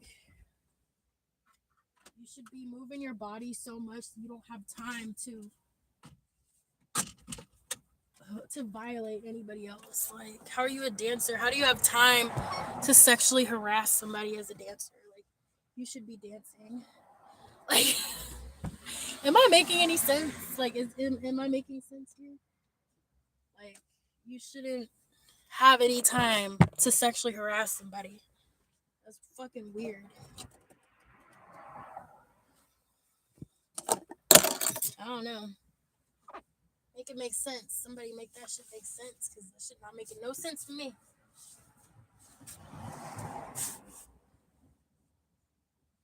I don't know. Because when it comes to these competitions and these dancers that perform and stuff like that, like, they know how they look on stage. They see them on stage. You know, they know what you look like. You know, so this is an environment that I'm new. I'm new to. People don't know how I look on stage. Like, I only got like a couple of dance awards, a couple of dance trophies. Like, I don't even have that much. And the fact that, I mean, I don't know. I'm so shocked at how tight knit the dance community is. It's so small. Everybody knows each other. Everybody sees each other dance and they see each other perform. It's like, I don't know. It just makes me feel like, even though I'm older, I still think like a kid sometimes. I'm like, do I fit the vision? Am I what these people are looking for? Could I ever be what these people are looking for? Can I be, chosen? Can I be picked? Like, how can I get on stage? How can I perform? You know,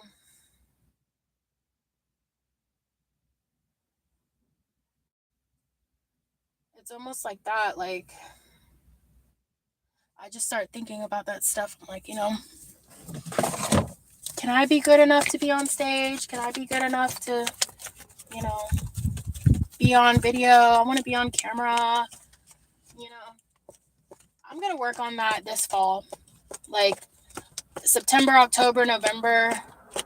By Thanksgiving, I want to have more content of me not dancing in class, like no more class videos, but just being with myself in the studio and just exploring my own body, my own space, and sharing that with you guys on YouTube and Instagram. Like, that would make me happy, because like, I have a lot of shit to say. I have a lot of stuff that's like on my mind and stuff, but the best way to really get this stuff out is to dance. Like, I could sit here and state my opinion and how I feel all day, but you know, for the most part, I just need to dance. Like, that's really what I need to do. But it's hard because, you know, everybody wants money. Everybody wants payment. They want you to pay them to dance. They want you to pay to come to class. They want you to pay to come, to a dance, to pay for studio time. It's like, people don't want to do shit for free anymore. And that's concerning to me. It's like, people that love what they do, they're not going to ask you to pay. Like, it's not going to be a problem to pay. Or no, it's not going to be a problem to do it for free.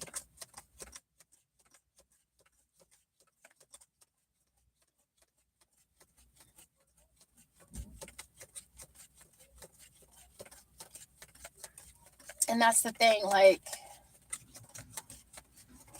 doing shit for free, people just don't. People don't want to do shit for free. They want to charge you. They want to make money. They want to make a profit. But it's like, the fun is in the freedom. Like, the fun is in the free shit. Like, people don't realize that. Like, doing shit for free is the fun part. Like, not having to pay, not having to sign up for anything. You just show up and you do it. Like, that's the fun part. Like, you shouldn't have to pay.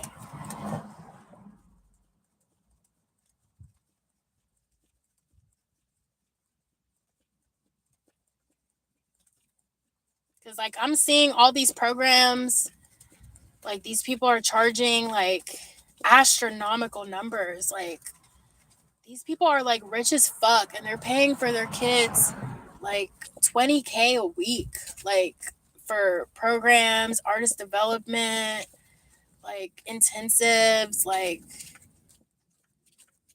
the shit adds up. Like, and it's like, damn, what are you really getting out of that?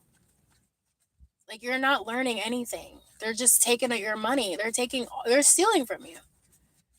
Like, when you could be dancing and singing and acting, they're convincing you to pay 20K a week for a 4 week, 6 weeks, just to waste your time, to make you feel like you can sing and dance, to gas you up. You're paying 20K a week to be gassed up.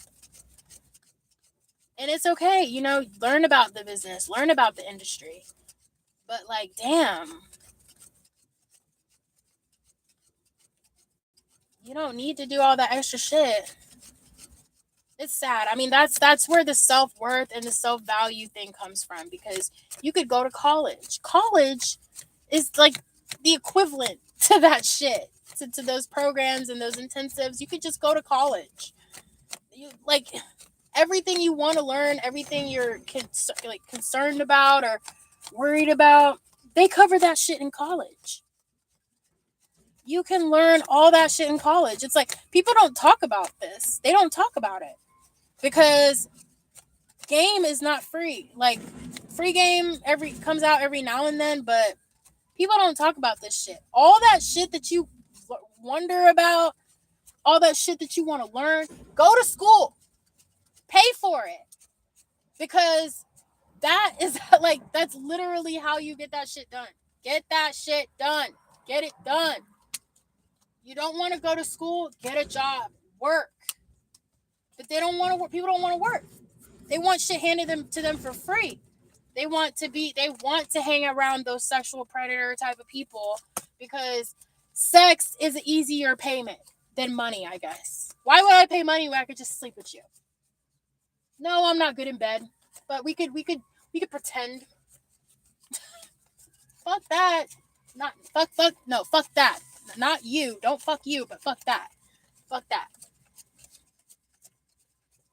Like, it's just so sad. Like, this type of shit really makes me sad. This shit makes me sad. I mean, damn. So fucked up. So fucked up.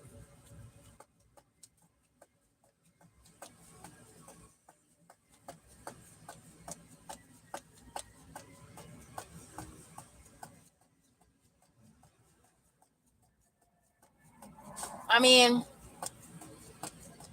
it seems like the best way to just do things, in life, just mind your own business, follow your dreams, do the things that you want to do, because there's too many people out here that want to do things that they're not supposed to be doing and be a part of things that they're probably not supposed to be a part of, but they just don't want to admit that they're not supposed to be a part of it. Like, it's weird. Like, it's so weird. It's so awkward. I mean, it's fucked up. It's just fucking weird, man. So yeah, those are the topics that I wanted to talk about today. I might go live again. I might go swimming. I might just take a nap. I don't know. But yeah, thanks for listening to me. And yeah, those are the things I wanted to talk about today. These are things that have been on my mind. So yeah, I hope you guys have a good rest of your day. I hope y'all are having a good summer. Stay cool. Yeah, so I will eventually put my face on lives, but I just have so much shit to talk about. Like, I was thinking about going live on TikTok and just letting people look at me. Like, because sometimes people go live and they'll just sit in front of the live with like food and just do a mukbang. I'll probably do that. Like, just do a mukbang. Probably get like some fruit or something, like a healthy mukbang. I hate those unhealthy mukbangs of people eating like burgers and like hot Cheeto ball ramen. Like, that shit makes my stomach hurt. Like, it makes me want to throw up. I like the more healthier mukbangs with like the fruit. I like the ones with the, what is it? The Stephanie plate mukbangs with like the pickles and the eggs and the what is it, the sausages and stuff. Like that's nice, but I hate those mukbangs with like hot Cheeto balls and burgers and ribs and fries. Like that shit makes me want to throw up. And the cheese on the burgers just like melting and falling off. That shit makes me want to throw up. Like these people making these videos of them eat all that unhealthy food and doing those food reviews and stuff, like that shit makes me want to throw up. Like I don't want to see you stuff your face with food like that. It literally makes me feel sick. Like I feel sick watching that shit. Like it makes me want to throw up. Like that shit does not make me want to. That shit does not put me in a good mood.